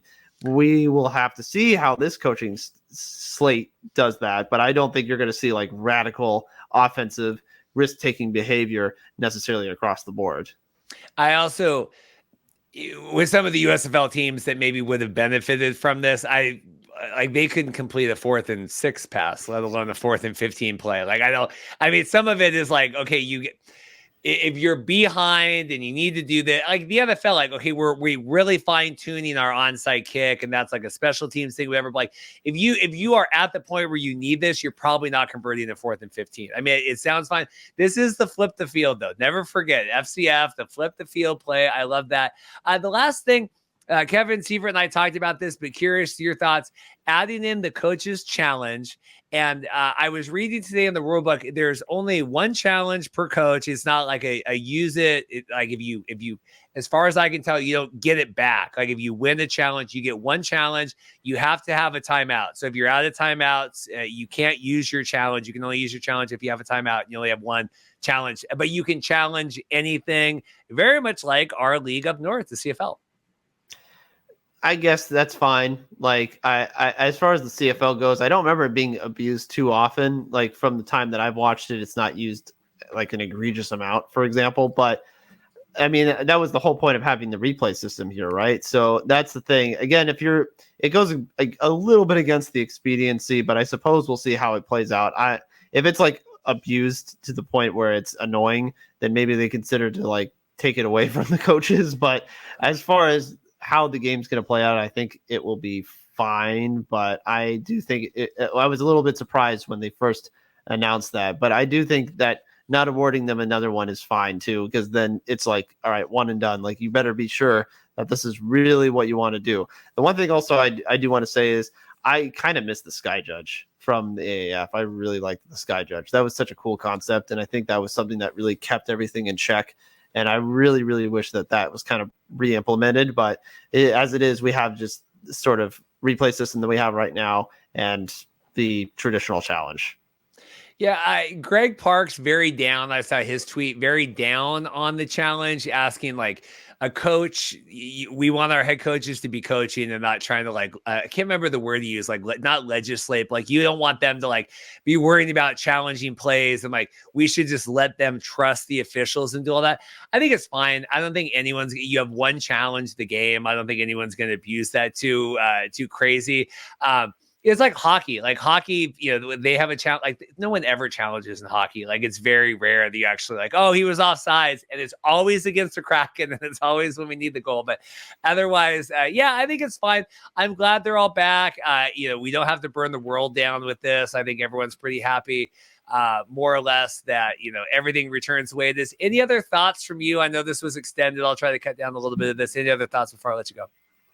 I'm just excited to get all this news. I cannot wait to get the schedule. Like, that's really the big one that I want to have, so that I know if I can come visit you or come down to Texas. I've already got plans to go down and do some games, and I really want to get that into the works. But this is exciting. This is excellent, and I'm just glad that we have something to talk about. You don't have to run circles this week. Well, yeah, this is a super extended now. I think we're probably over 3 hours on this total runtime of this. I think I had an hour 45 before we got on here tonight. So it's good. I'm excited. I know it's the Vegas thing that's holding up the schedule. I understand that. I don't know. I get you're banking on walk-ups. We're trying to get all that, but then we're also like, you want the season ticket holders, you want them. Like, I think you're doing a disservice to people buying the season tickets right now. We don't know. Like, I need to be able to know, okay, do I got to do a show on a Sunday or Saturday? Like, I bought the tickets. We have four at our thing. Like, it just, people kind of need to know, we're getting into the Christmas here and stuff. The other last thought from me, I do think it's a miss that the jerseys presumably will not be available to purchase for Christmas because they're on pre-register on a list right now. Certainly not getting them here in 17 days.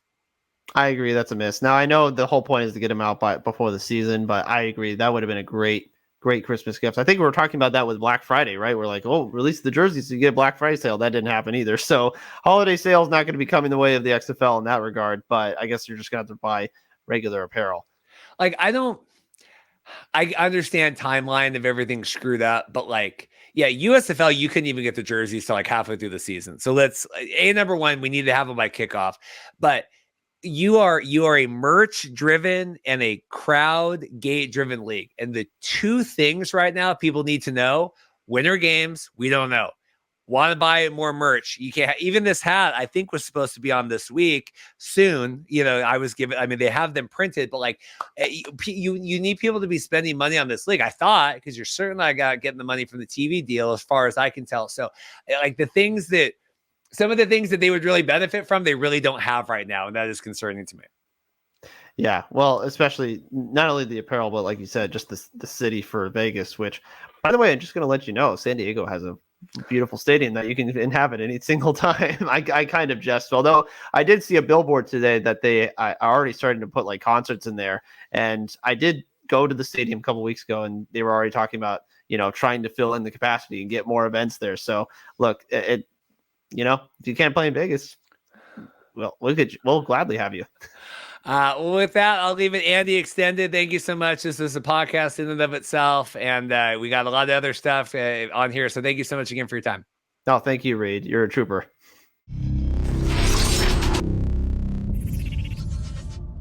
Well, we're here today. Newly announced signed quarterback for the Sea Dragons. Still have to get used to that. The Seattle Sea Dragons. Ben DiNucci, how are you doing, sir?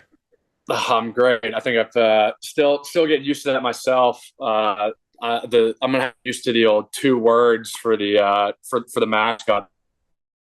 Has a little different ring than Cowboys does, but I can get used to it.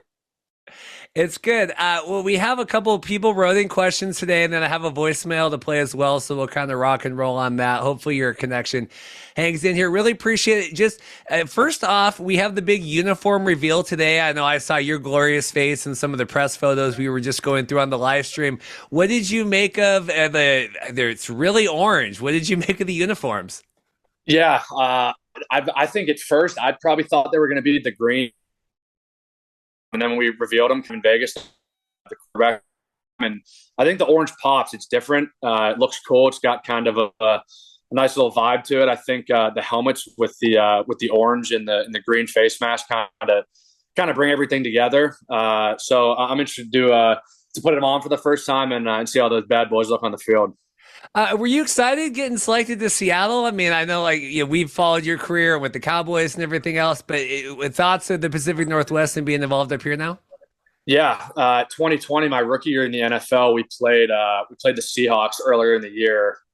So I got to experience Lumen Field. Did not get to experience the game day atmosphere because there was not a single fan in the stands because of COVID and all that stuff. So I've heard nothing but awesome things about the environment, just the city, the people, and everything, and how they support all the sports teams. So, I mean, for me, it probably would have been cool to be on the Arlington team, right? Just because I was on the Cowboys for 2 years, and then it probably would have made sense for me to be on that team. But in a way, I'm happy to kind of just get a fresh start, get out and adventure a little bit, see some new places, and hopefully make the Seattle fan base proud and happy of what we're going to be able to put on the field.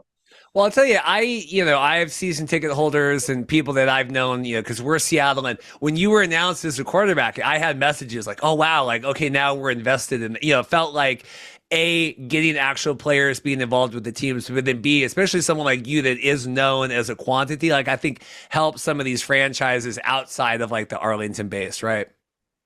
Yeah, I would think so. I think that XFL has done a really good job of investing in the quarterback position. I think, it makes sense because that's the position that's going to make this whole thing go. If you don't have good quarterback play, you're not going to have a good product on the field. So for me, just being able to have a second opportunity really, and I have a chance to go put some games on tape and show what I can do and show that, I deserve another shot and belong in the NFL with the rest of these guys will be awesome for me. And really the thing that I've just kind of missed these past 2 months of not playing on the weekends is just being around the guys, the whole camaraderie part of it, room.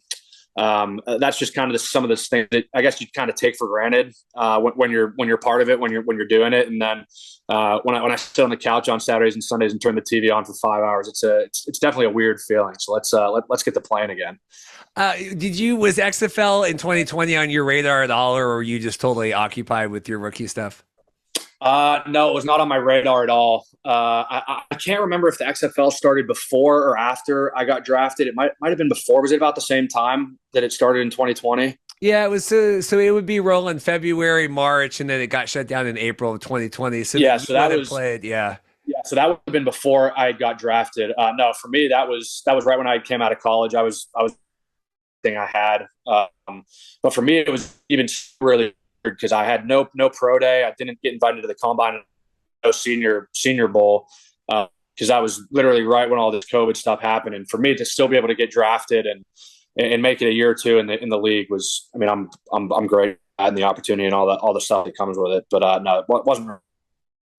So how did it get on your radar now? Like, how did this talk? Like, how did you wind up here in Seattle? Yeah, so I got cut after camp. The final roster, I think they trimmed from 75 all the way down to 53. And for anyone who doesn't really understand how that works, you got 32 NFL teams and you're cutting 25 guys from every team. That's a lot of guys who just all of a sudden don't have a job. So for me, I didn't really know what to expect. It was the first time I got cut in 2 years. So I was kind of just waiting to see what happened if teams were calling, doing that stuff. I had 2 workouts. I had a workout with the Browns. I had a workout with the Dolphins. Went and did that.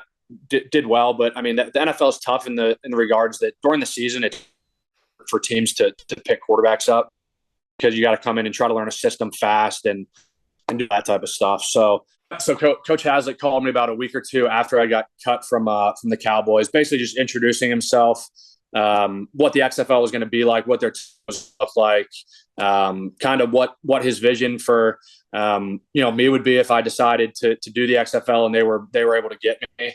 So it was really, really good. I'd met him 2 years ago in Dallas. His son was a coach for the Cowboys, and it came to visit for a weekend. So I'd actually met him prior. So just felt natural, felt like everything just kind of fell in place. And I'm fortunate and lucky to be on Seattle, no doubt. And you said, so Hasley, you've been locked in with Seattle the whole time. You said that no one, he was the one that kind of was trying to get you locked down. Correct. Yeah. I didn't hear from any other team. I guess that's the whole MO of the NFL too. There's 32 teams, but really you only need one team like you. So they enough, and I seem to like what they're doing offensively and the coaches that they've got on staff. So I was all on board as soon as he gave me that initial call, and kind of haven't looked back since. So it's been good. Yeah, you're working with June Jones, legend of XFL 2020, running the run and shoot. Are you excited to be kind of in that play scheme?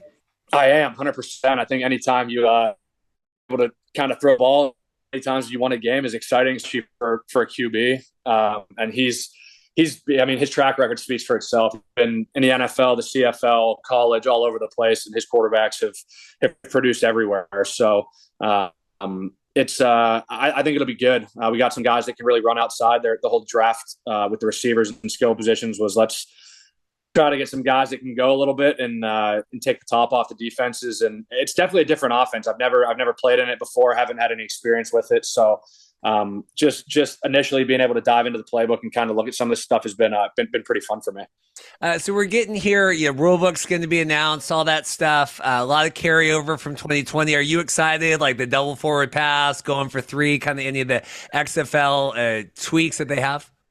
Yeah, 100%. I think as much as you can keep the game similar to the NFL as possible is probably best, right? But being able to kind of add some of those nuances that are different, specifically the NFL, I think that's fun. It makes people watch. Having guys mic'd up, being able to go for 1, 2, or 3 touchdowns, a double forward pass, all that stuff is exciting. I mean, that's just like backyard football growing up. You get everyone in the neighborhood to come down to the street and let's play like tackle football in the front yard and just make up our own roles and see what happens. So the guys are excited. There's a lot of hype around it.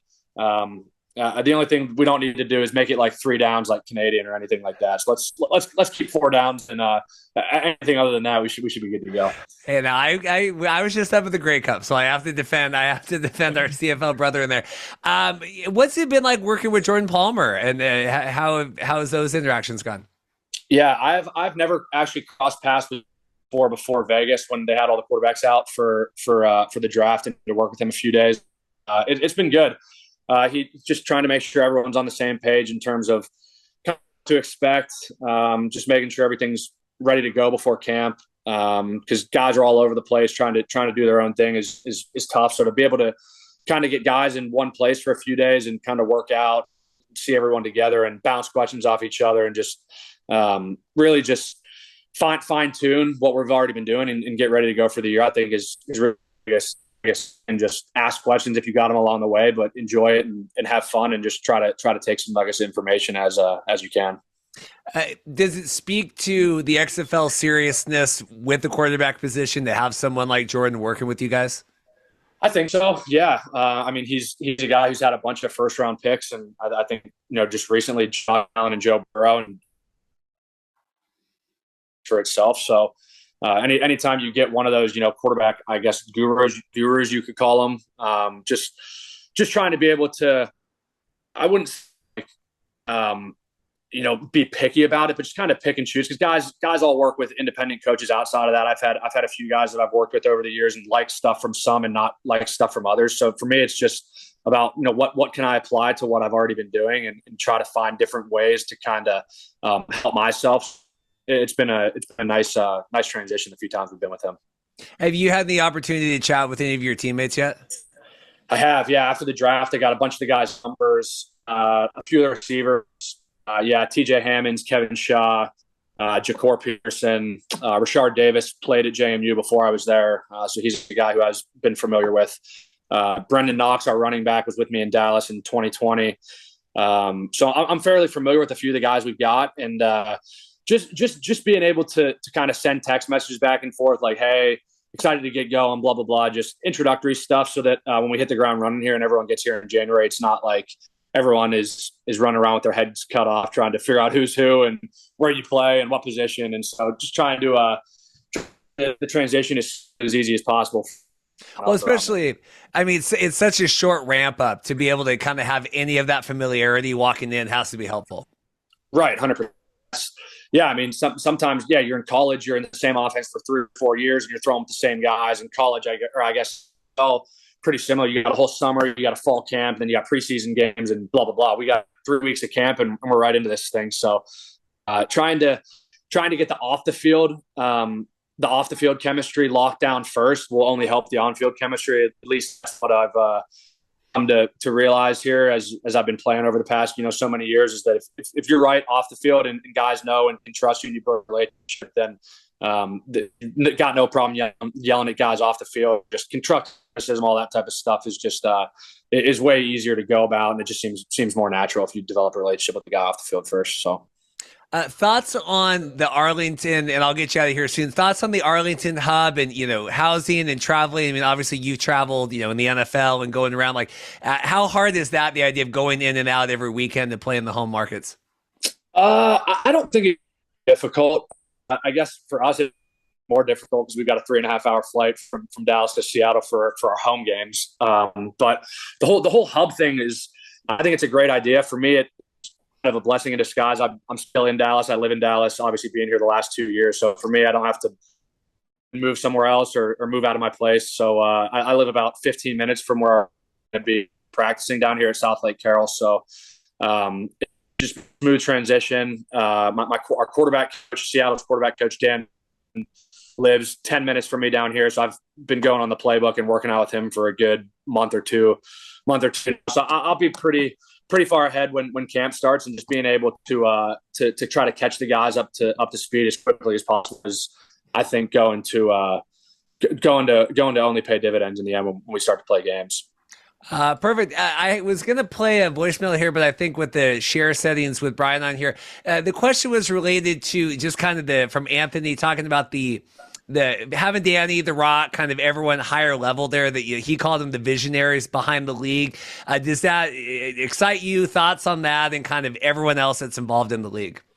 Yeah, it's cool. I think having those two kind of spearhead this thing has brought some excitement and some public to XFL that it might not have had in 2020. The Rock, one of those guys that you see out in public, and I don't really get starstruck much, but when I saw him in Vegas, I was kind of like, whoa, like that's The Rock. Like, it's pretty cool. And then you see him in person, and one of his arms is bigger than like both my legs and my torso combined. So I was trying not to let him break my hand when we met him. But no, those two have done a great job in terms of putting this whole thing together, making sure that they know what they want, making sure everything aligns with the players that they're bringing in, the cities that they're putting home teams with. And so I think they've done a great job so far of making this thing go. Perfect. Last question. I mean, just overall thoughts so far, how your life's been here involved with this. Do you feel good about the league? You feel good about, coaches and management, everything else? Yeah, heck yeah. I'm excited. I'm been getting antsy, chomping at the bit to go play here again, and just to really be able to show people what I can do and kind of what this offense is going to look like, what this team's going to look like, kind of be able to develop an identity during camp and just have fun with it. Right. I mean, shoot, still getting to play football for a living. I'm 26 years old, and to be able to be 4 years out of college and still doing what I love is a blessing. So I take every day with the same attitude, same, control what I can control, the same thing I've always done, kind of the last few years, put one foot in front of the other and have fun with this thing, make connections, have friends. You never know where someone's going to be 10 or 20 years down the line. So this is an awesome opportunity for not only myself, but shoot, I mean, everyone's goal is to try to get back up to the NFL, and we're hoping to put some good stuff on tape, show what we can do, and hopefully some teams come calling after that. But I think the biggest thing is we're trying to bring a championship to Seattle, so we're excited. We're happy to get out there, show the fans and the community of Seattle kind of what we can do and what we're about, and hopefully they'll rally behind us and be a force for home games. So love it. Yeah, the Sea Dragons had a lot more to carry, I think, before the season, and now Geno Smith has kind of taken the world by storm. I think a lot of Seattle fans were, man, we might need an XFL team, but now, hey, we could have success across the board. I think it's very exciting. Well, hey, if I can play is at least half as good as Gino's playing right now, I think we'll be in a good spot. So I'll try to mimic Gino as much as possible. Well, I appreciate you have a lot to live up to. I have Brandon Silver as our former quarterback here. Oh, yeah. You know, but I'm sure we'll meet up when you come up here to town. And I know that they've got fun ideas for you guys with Seattle. And I really appreciate your time today sitting down, and should be good. Yeah, of course. Appreciate it to getting up there, seeing what this whole thing's about, and winning some games. So, yeah, I appreciate you having me on. Awesome. Ben DiNucci, thanks again. Appreciate it. Of course. Appreciate it, Reed. Well, I think Matt Baker texted me your contact information. I think Matt was listening to me lament on the podcast about wanting to get this gentleman on. 2 years in the making here. Jamie and I, the Green Zone on CJME and CKOM up in Canada. How are you doing, sir? Very well. Nice to see you again. How was Regina? Did you enjoy yourself for Grey Cup? We really did. And I told a lot of people, like, we were really dreading it. Like, I was really scared. Like, okay, it's going to be freezing cold. There's not going to be anything to do. Because, I'm bringing Dorothy, and, like, you got to film more than just Grey Cup. We were there 3.5, 4 days. We really had the best time in the world. Like, it was such a cool city. I mean that 100%. Right on. It was. It's always fun to have the Grey Cup here at home. A little less travel, of course, when the Grey Cup's set. And I'm glad. I think the stadium showed off pretty well for those who've never been to the new Mosaic Stadium before.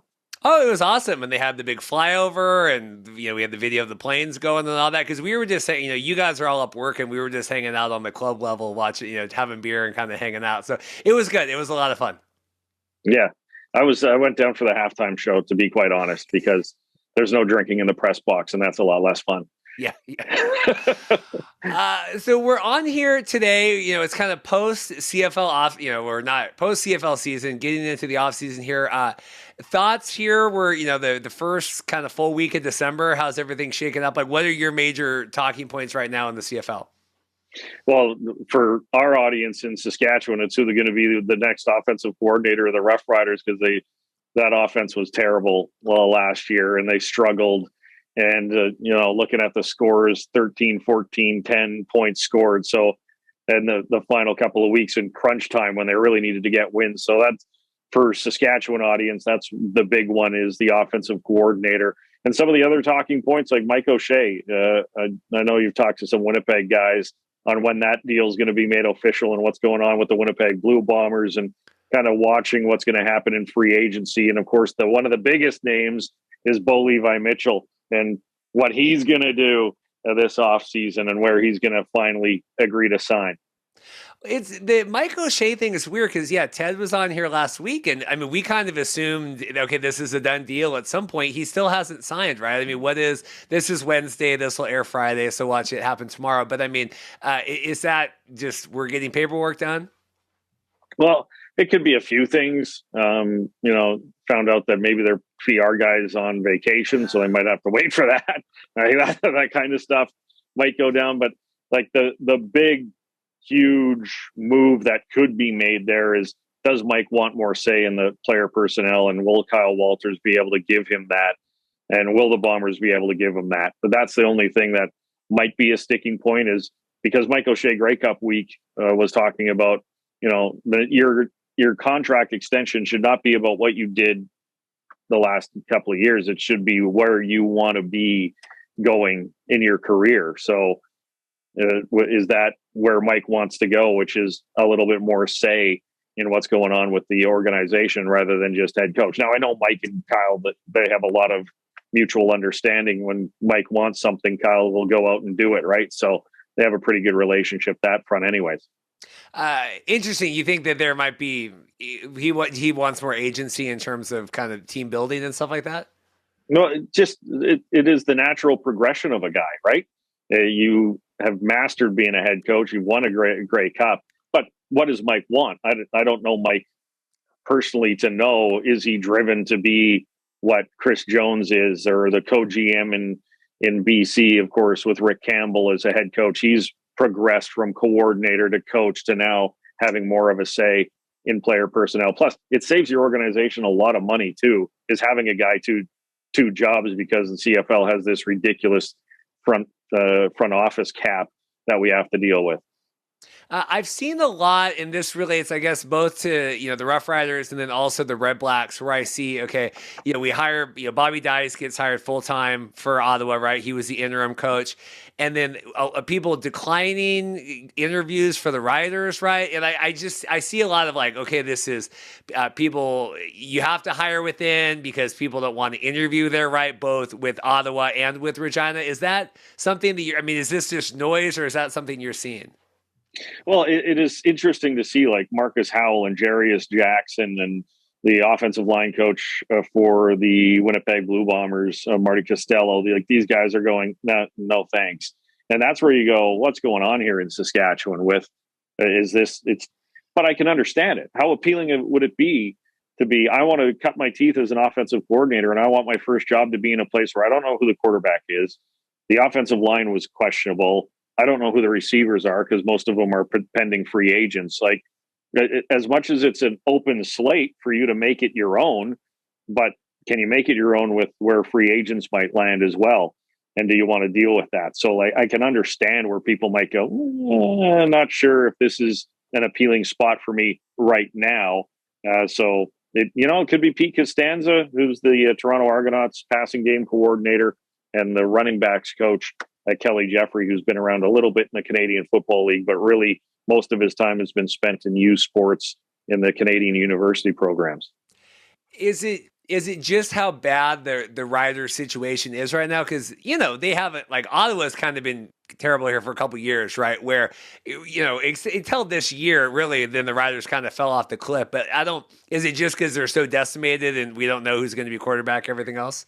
Well, I think the dynamic in Ottawa is a little bit different because it was the head coach that was being hired and he could make his staff, right? So Bob Dice is interviewed and he says, I'm going to bring in this guy and I want to bring in this guy. And we're seeing it work out with Kahari Jones and Baron Miles and company. Whereas Saskatchewan, it was, well, are Jeremy O'Day and Craig Dickinson going to keep their jobs?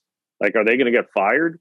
And they're not. So now it's, okay, now they're only on 1 year left on both those contracts, where usually an OC will get a 2-year deal, right? So it is this weird dynamic that the Riders have going on for 2023. And 2023 is a make it or break it year, I think, for Craig Dickinson, especially. Maybe less so Jeremy O'Day, but it's going to be interesting to see how they can rebuild, because they really do have to rebuild this offense to be competitive again. With Kahari taking the OC job, is that a good move for him, just considering this last year? And I feel like he should be doing something better than the OC for the Red Black. Am I off base? Well, there's not a lot out there for him. If it wasn't going to be the head coach, and it's not going to go be the head coach in Montreal, but it's always a great stepping stone for Kahari to get back into it again as an offensive coordinator and work with an offense again and prove yourself again that you can lead a group. So when that head coaching job comes open somewhere, who knows, maybe it would be the Saskatchewan Roughriders next season, that you've gone, hey, look what I did with the Ottawa Red Blacks. And he's comfortable there. Like, it's a good spot for him because he, Bob Dice, Baron Miles, they all worked together back when they won a Grey Cup in Saskatchewan.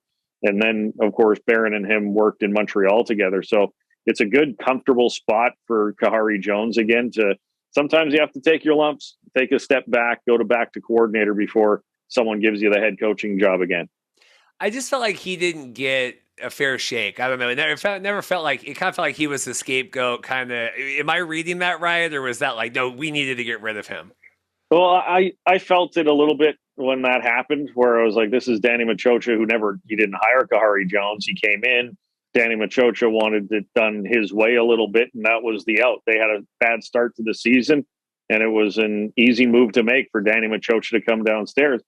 But you have to give Machocha and Nothorpe credit that they were able to turn Montreal around and did win more games than lose and make the playoffs and trying to get close to a Grey Cup again. But I looked at that going, well, Danny kind of proved himself a little bit, but would have Kahari Jones been able to turn it? We'll never know. I like Kahari. I know Kahari. He was here in Saskatchewan. I believe he could have turned that team around, but we'll see what they do in Ottawa, and where Kahari Jones is going to get another head coaching job. It's just a matter of when, not if. The people turning down, I guess first off, the hiring, Bob Dice going in, I saw, like I said before, a lot of, well, this just proves there's no one from the outside. Did you buy that, or like, no, this is someone that the locker room really likes, so let's go with him?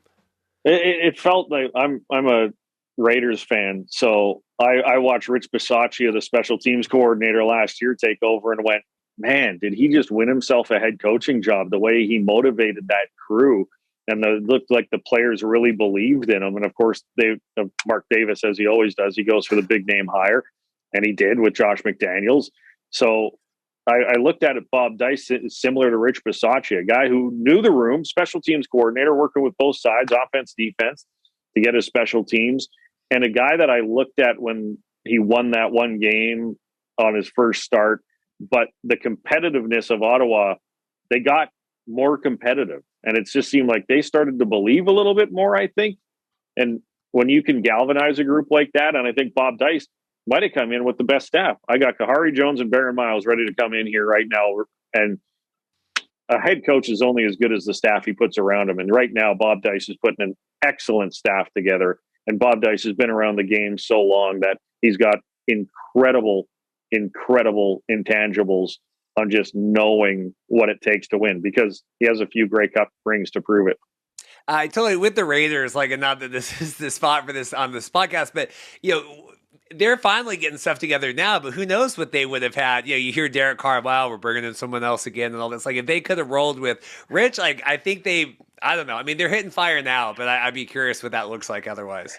Yeah, I'd be very curious on what Rich Bisaccia and that crew would have done right off the start of the season, but they're finding their legs. I have been so against Josh McDaniels that I'm just like, fire him already, but I'm looking at maybe some crow menu recipes to maybe munch on by the end of the season, but we'll see what happens going forward.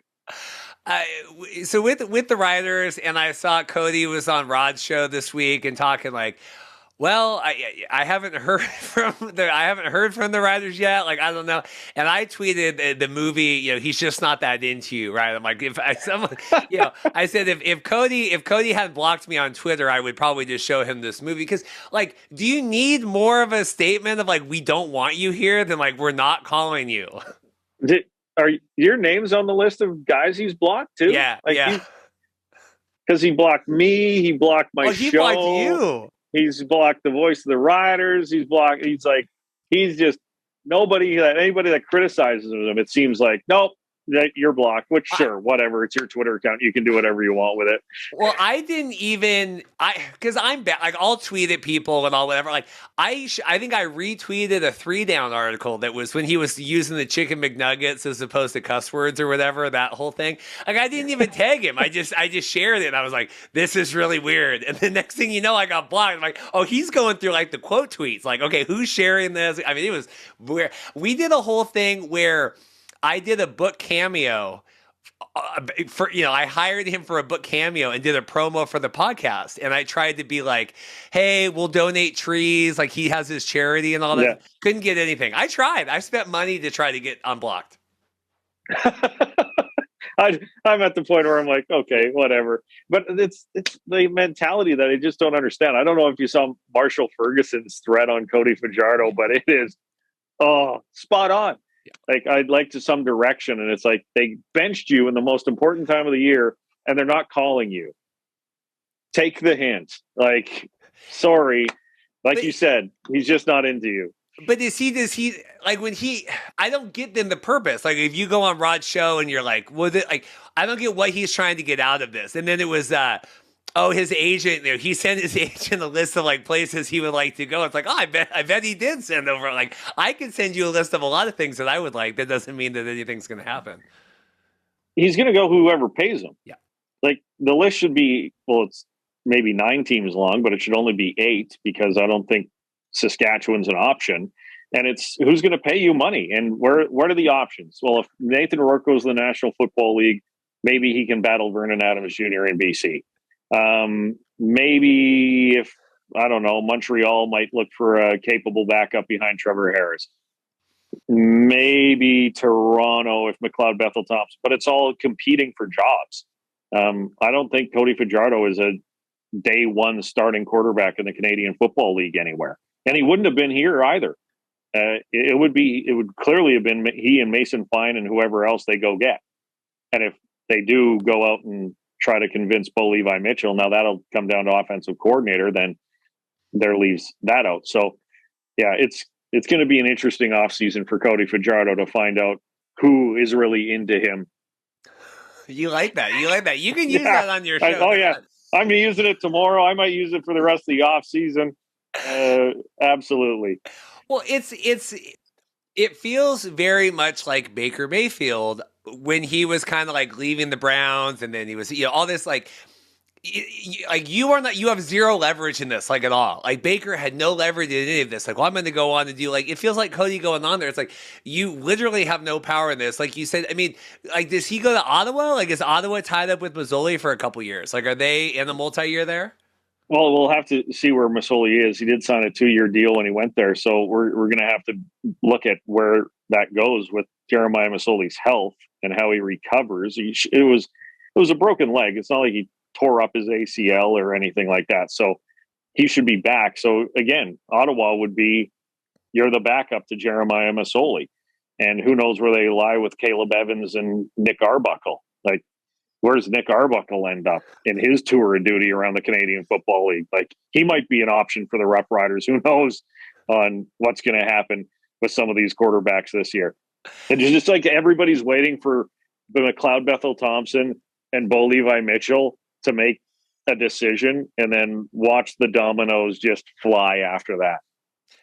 But that, to me, is a really good thing, to have some good off-season intrigue in the CFL. Like, I think that's very, because it just dies otherwise. I mean, and I've luckily, like, you're coming on, and I had Alouettes. You give, players this week for me to interview and stuff. Cause, like, that's always what I've heard is CFL season ends and then people go on vacation for 2 months. Like, you're even joking, like, maybe the Winnipeg PR guy's out of town. That's why we can't. I don't know how much of a joke that is, right? Yeah, well, that's where it goes to, where December, January, even some of the coaches are like, peace, see you later. See you. When's our coaches meetings for free agency? And it's usually mid-January. So they go through it. Now, something the CFL did, I'd love to see come back, is they did CFL week, which was, they came to Regina, they went to Winnipeg, and it was middle of March. Like, there's snow on the ground, but they brought in all the stars, and they did media blitzes, and they did the combine, and they made it an extra week. It felt like the NFL combine, like, where here's a bunch of media hits and all that stuff that was going on. And it was like Grey Cup media day. They brought the guys in. It was fantastic. Now, financially, I don't know if they can make that work, but I would love to see a little bit more of a push. Now, they are making the combine now 5 days, so maybe they'll try to do it a little bit like that this off season. But yeah, the CFL, more noise in the off season, the better for the Canadian Football League. Yeah, I mean, that was because last year was my first year doing any of this at all in off season. I'm like, just like, let's get some players on. Like, what do you guys, and like you said, the PR people if they're out of town, but otherwise it's like, at least for me, it's a 10-minute, let's send a Zoom link and go. Like, it's very easy to generate some of this content in the off season, not even having to do the Grey Cup week and all that. Like, we can do little, like, for your radio show and stuff, do you feel like you're able to keep enough momentum going, or are you guys talking other stuff?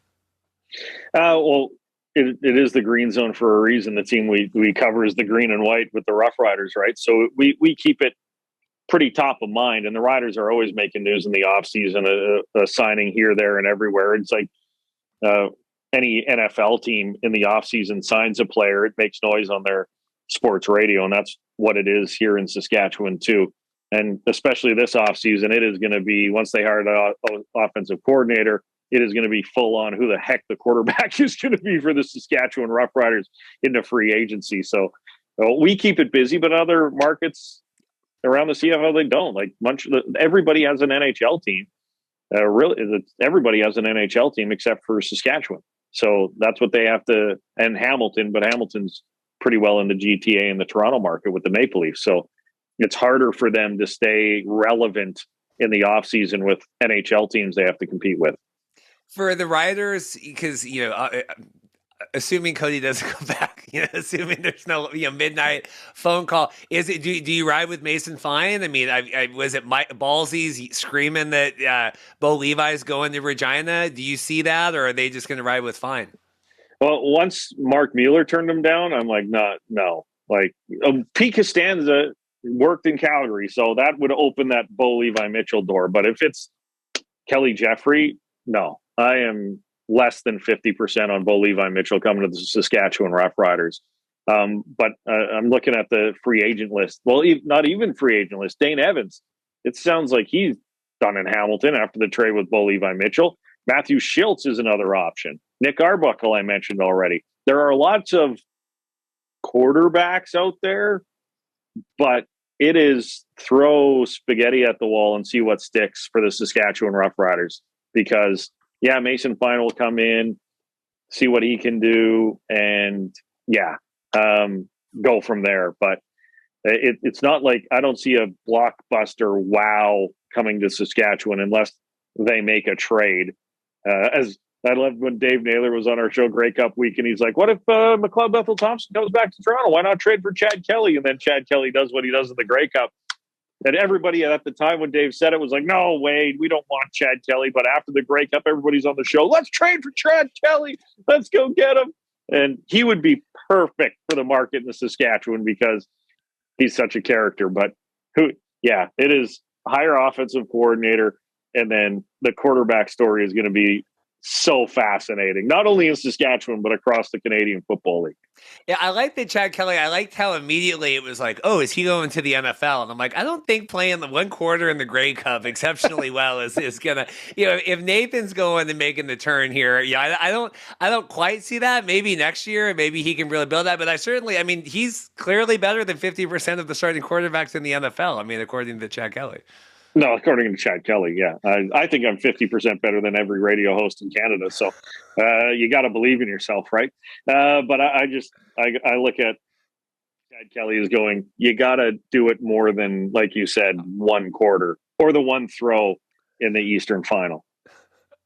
Rounding out the discussion here, I know Brian Burnham retired. That was kind of a big deal. I saw the video they had put, Nathan crying when they lost, and then they were like, well, that is totally different now because it's him and Brian, and him saying like, I wanted him to leave a champion. Like, any thoughts on that? I thought that was a really touching, like you said, like I said, it has more meaning now in retrospect here, this moment that they shared at the end of, was at the West Finals. Yeah, it was an emotional moment between he and Brian Burnham, and Brian's kind of patting him on the back, and you can kind of get it now going, it's okay. Like, it's okay, kid. Like, you got a bright future, go get it. But Brian Burnham has been so darn entertaining for Canadian Football League fans. Like, some of the catches he made, the one he didn't make, well, he made the catch, but his hair landed out of bounds against the Saskatchewan Roughriders a few years ago, was like maybe better than Odell Beckham Jr. if that toe comes in bounds.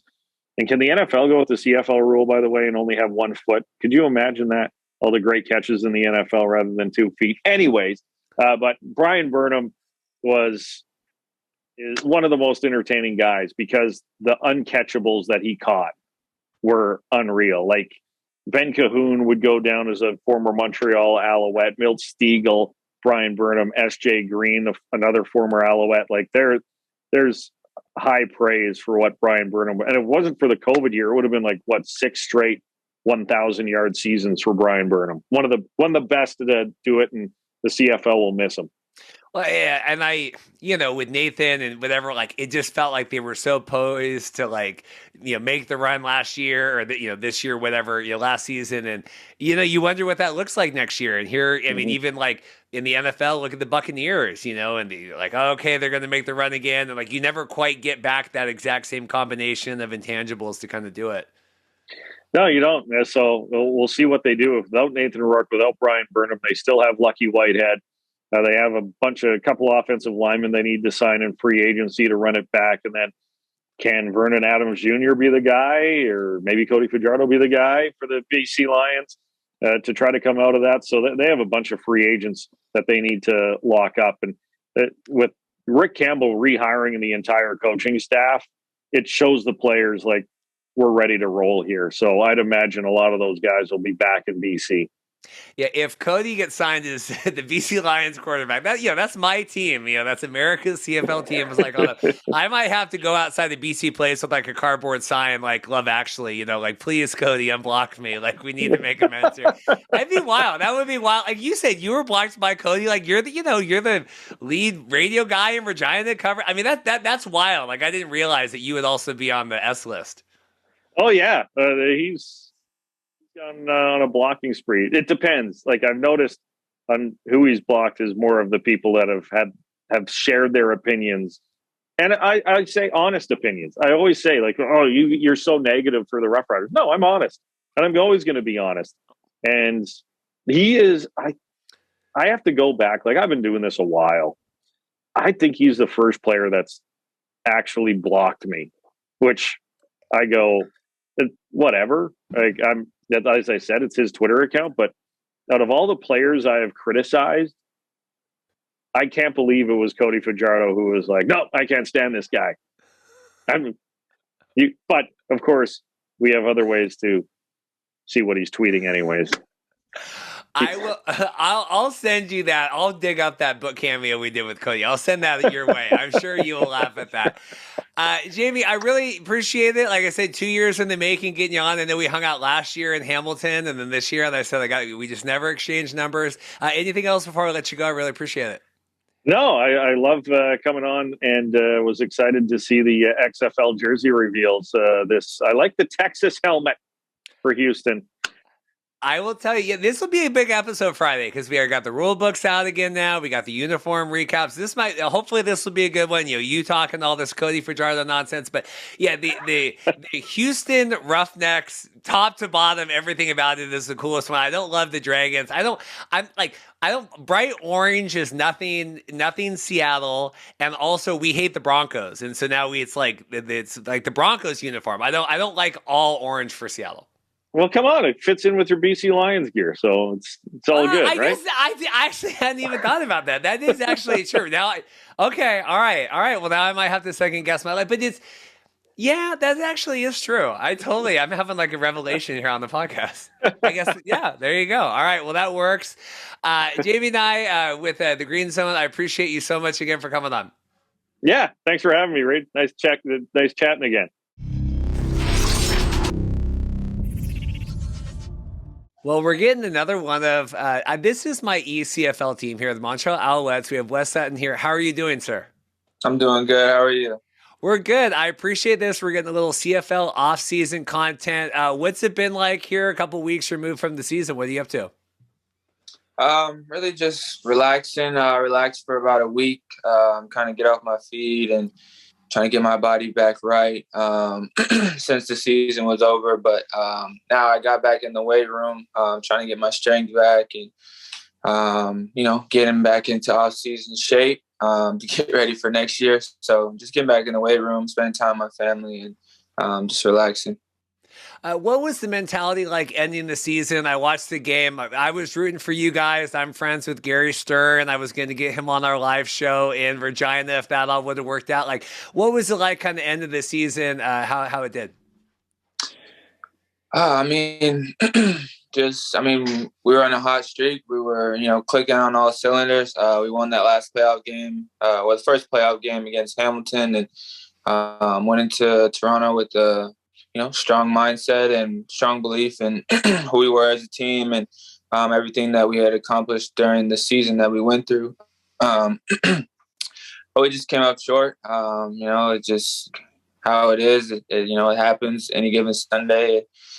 We just hats off to them. They won the game, and we didn't do what we were supposed to do, and we came up short. But just the season and the whole season was just, it was a lot went on with, management and stuff like that. We went through a lot. We started out 2-6.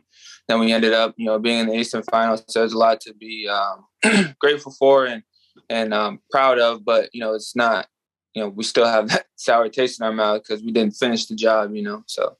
Well, no, I think it speaks to the testament of the team that with everything going on to make it as deep as you did, to play as well as you did. You said you felt like you were hitting a hot streak at the end. You do feel like you guys finally were gelling together? Yeah, I mean, I think we were gelling together throughout the entire season, but we were just peaking at the right moment, especially with the defense.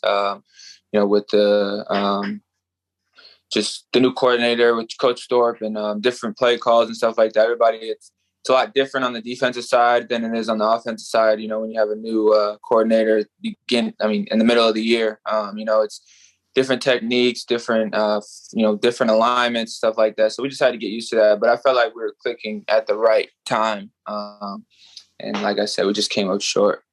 Getting, awarded the East Division All-Star like that. What did that mean to you, and to kind of get recognized as you did? It meant a lot. It was something that I had written down for as my goal going into the season, my personal goal. I give all the glory to God. It's been a long journey to even get to this point, to be in the CFL, coming from a FCS school, undrafted, one scholarship out of high school. So it's just been a lot of faith and hard work, and all the praise goes to God, and allowing him to just continue to allow me to be where I am and be in this position. And it meant a lot, just to accomplish one of my goals that I had written down in the beginning of the season, and watching it come into fruition in the end. Well, I think it's cool too, as someone that's newer to the CFL here the last couple of years. I just think that speaks to the testament of you being able to adapt and kind of pick up the gameplay up there as well. Yeah, it's different, definitely different, especially as a defensive back with the waggles and stuff like that. It's a game that moves obviously a lot. So just as a defensive back, you got to be on point with your eyes and your feet and understanding, route combination and stuff like that. A lot of stuff is different up here. So definitely a testament to, the coaches that have coached me as well. Coach Barry Miles, who was there last year and the beginning of this year. He, took me in and taught me so much of the game, from a Hall of Famer who he is. He succeeded a lot in this league and taught me so much, as well as Coach Thorpe, just teaching me a lot about the halfback position in the weak half, and how to excel in his defense. So I give props to them as well. Transitioning up, we hear all the time, and even, there was just an article last week, 3 down, talking, players moving up and down and getting to the NFL or going to the CFL, all that stuff. Like, how challenging is it to transition up from playing in the States to the CFL, especially on the defensive side like you did? Obviously, you're hitting your stride, doing everything, but like for the normal player, how difficult is that transition?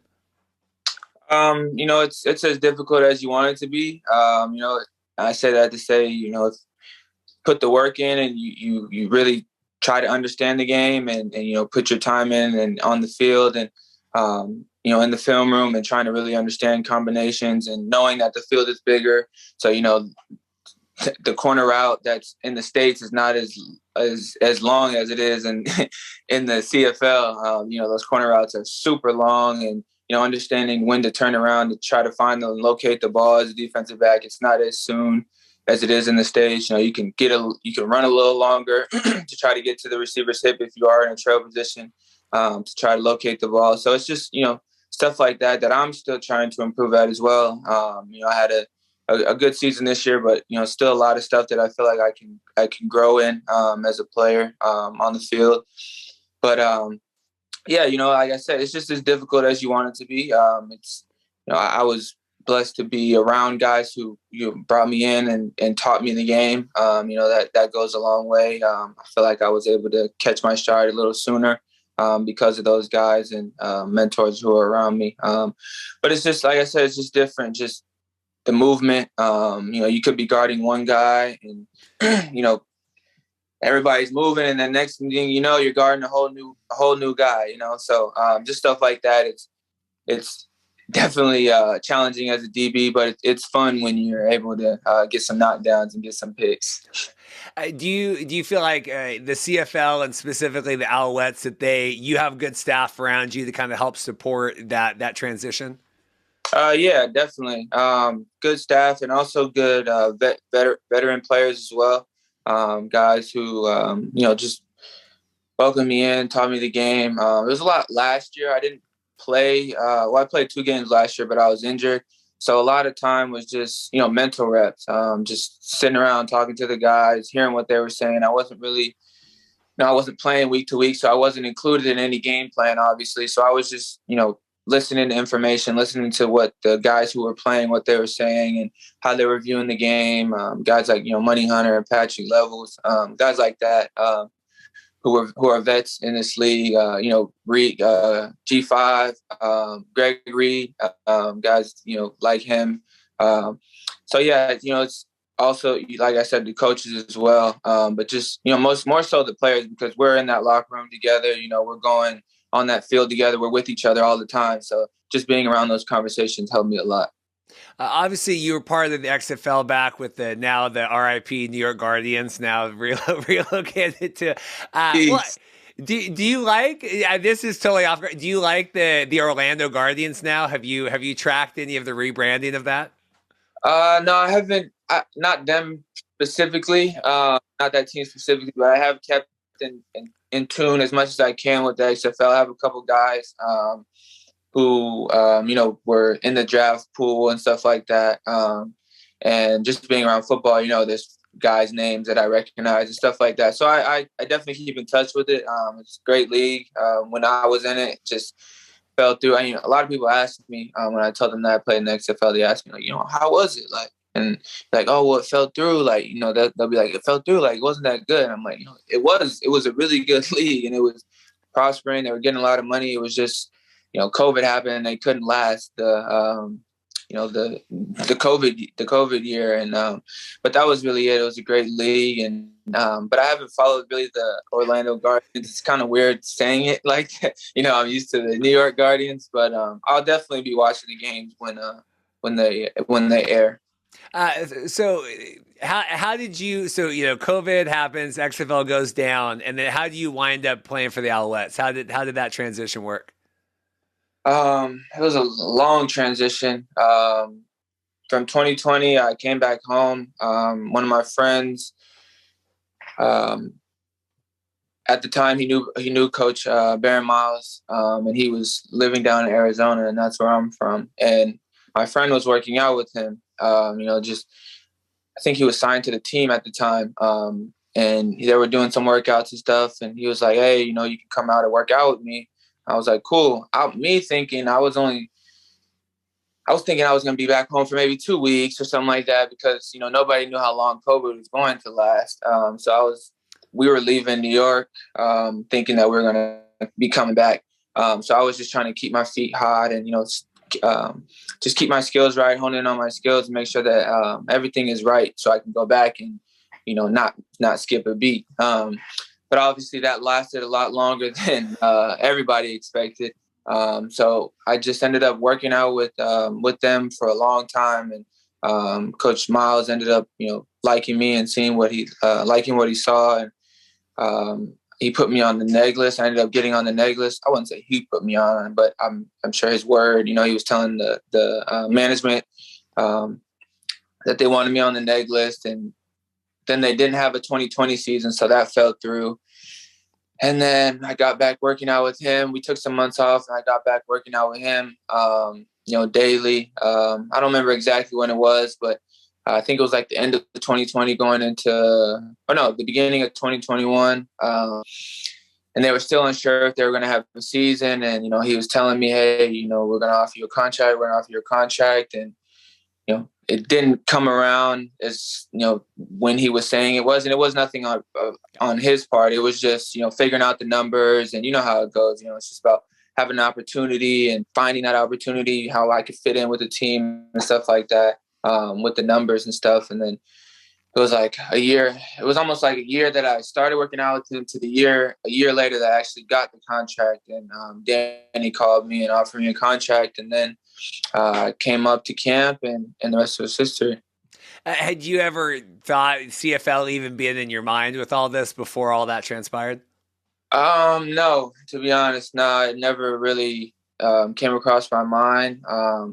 but God had different plans for me, and I'm grateful to be where I am, and I'm a professional, and that's what I've been dreaming of. So I'm still working at it and still trying to grow as a player and as a man, and continue to just be great.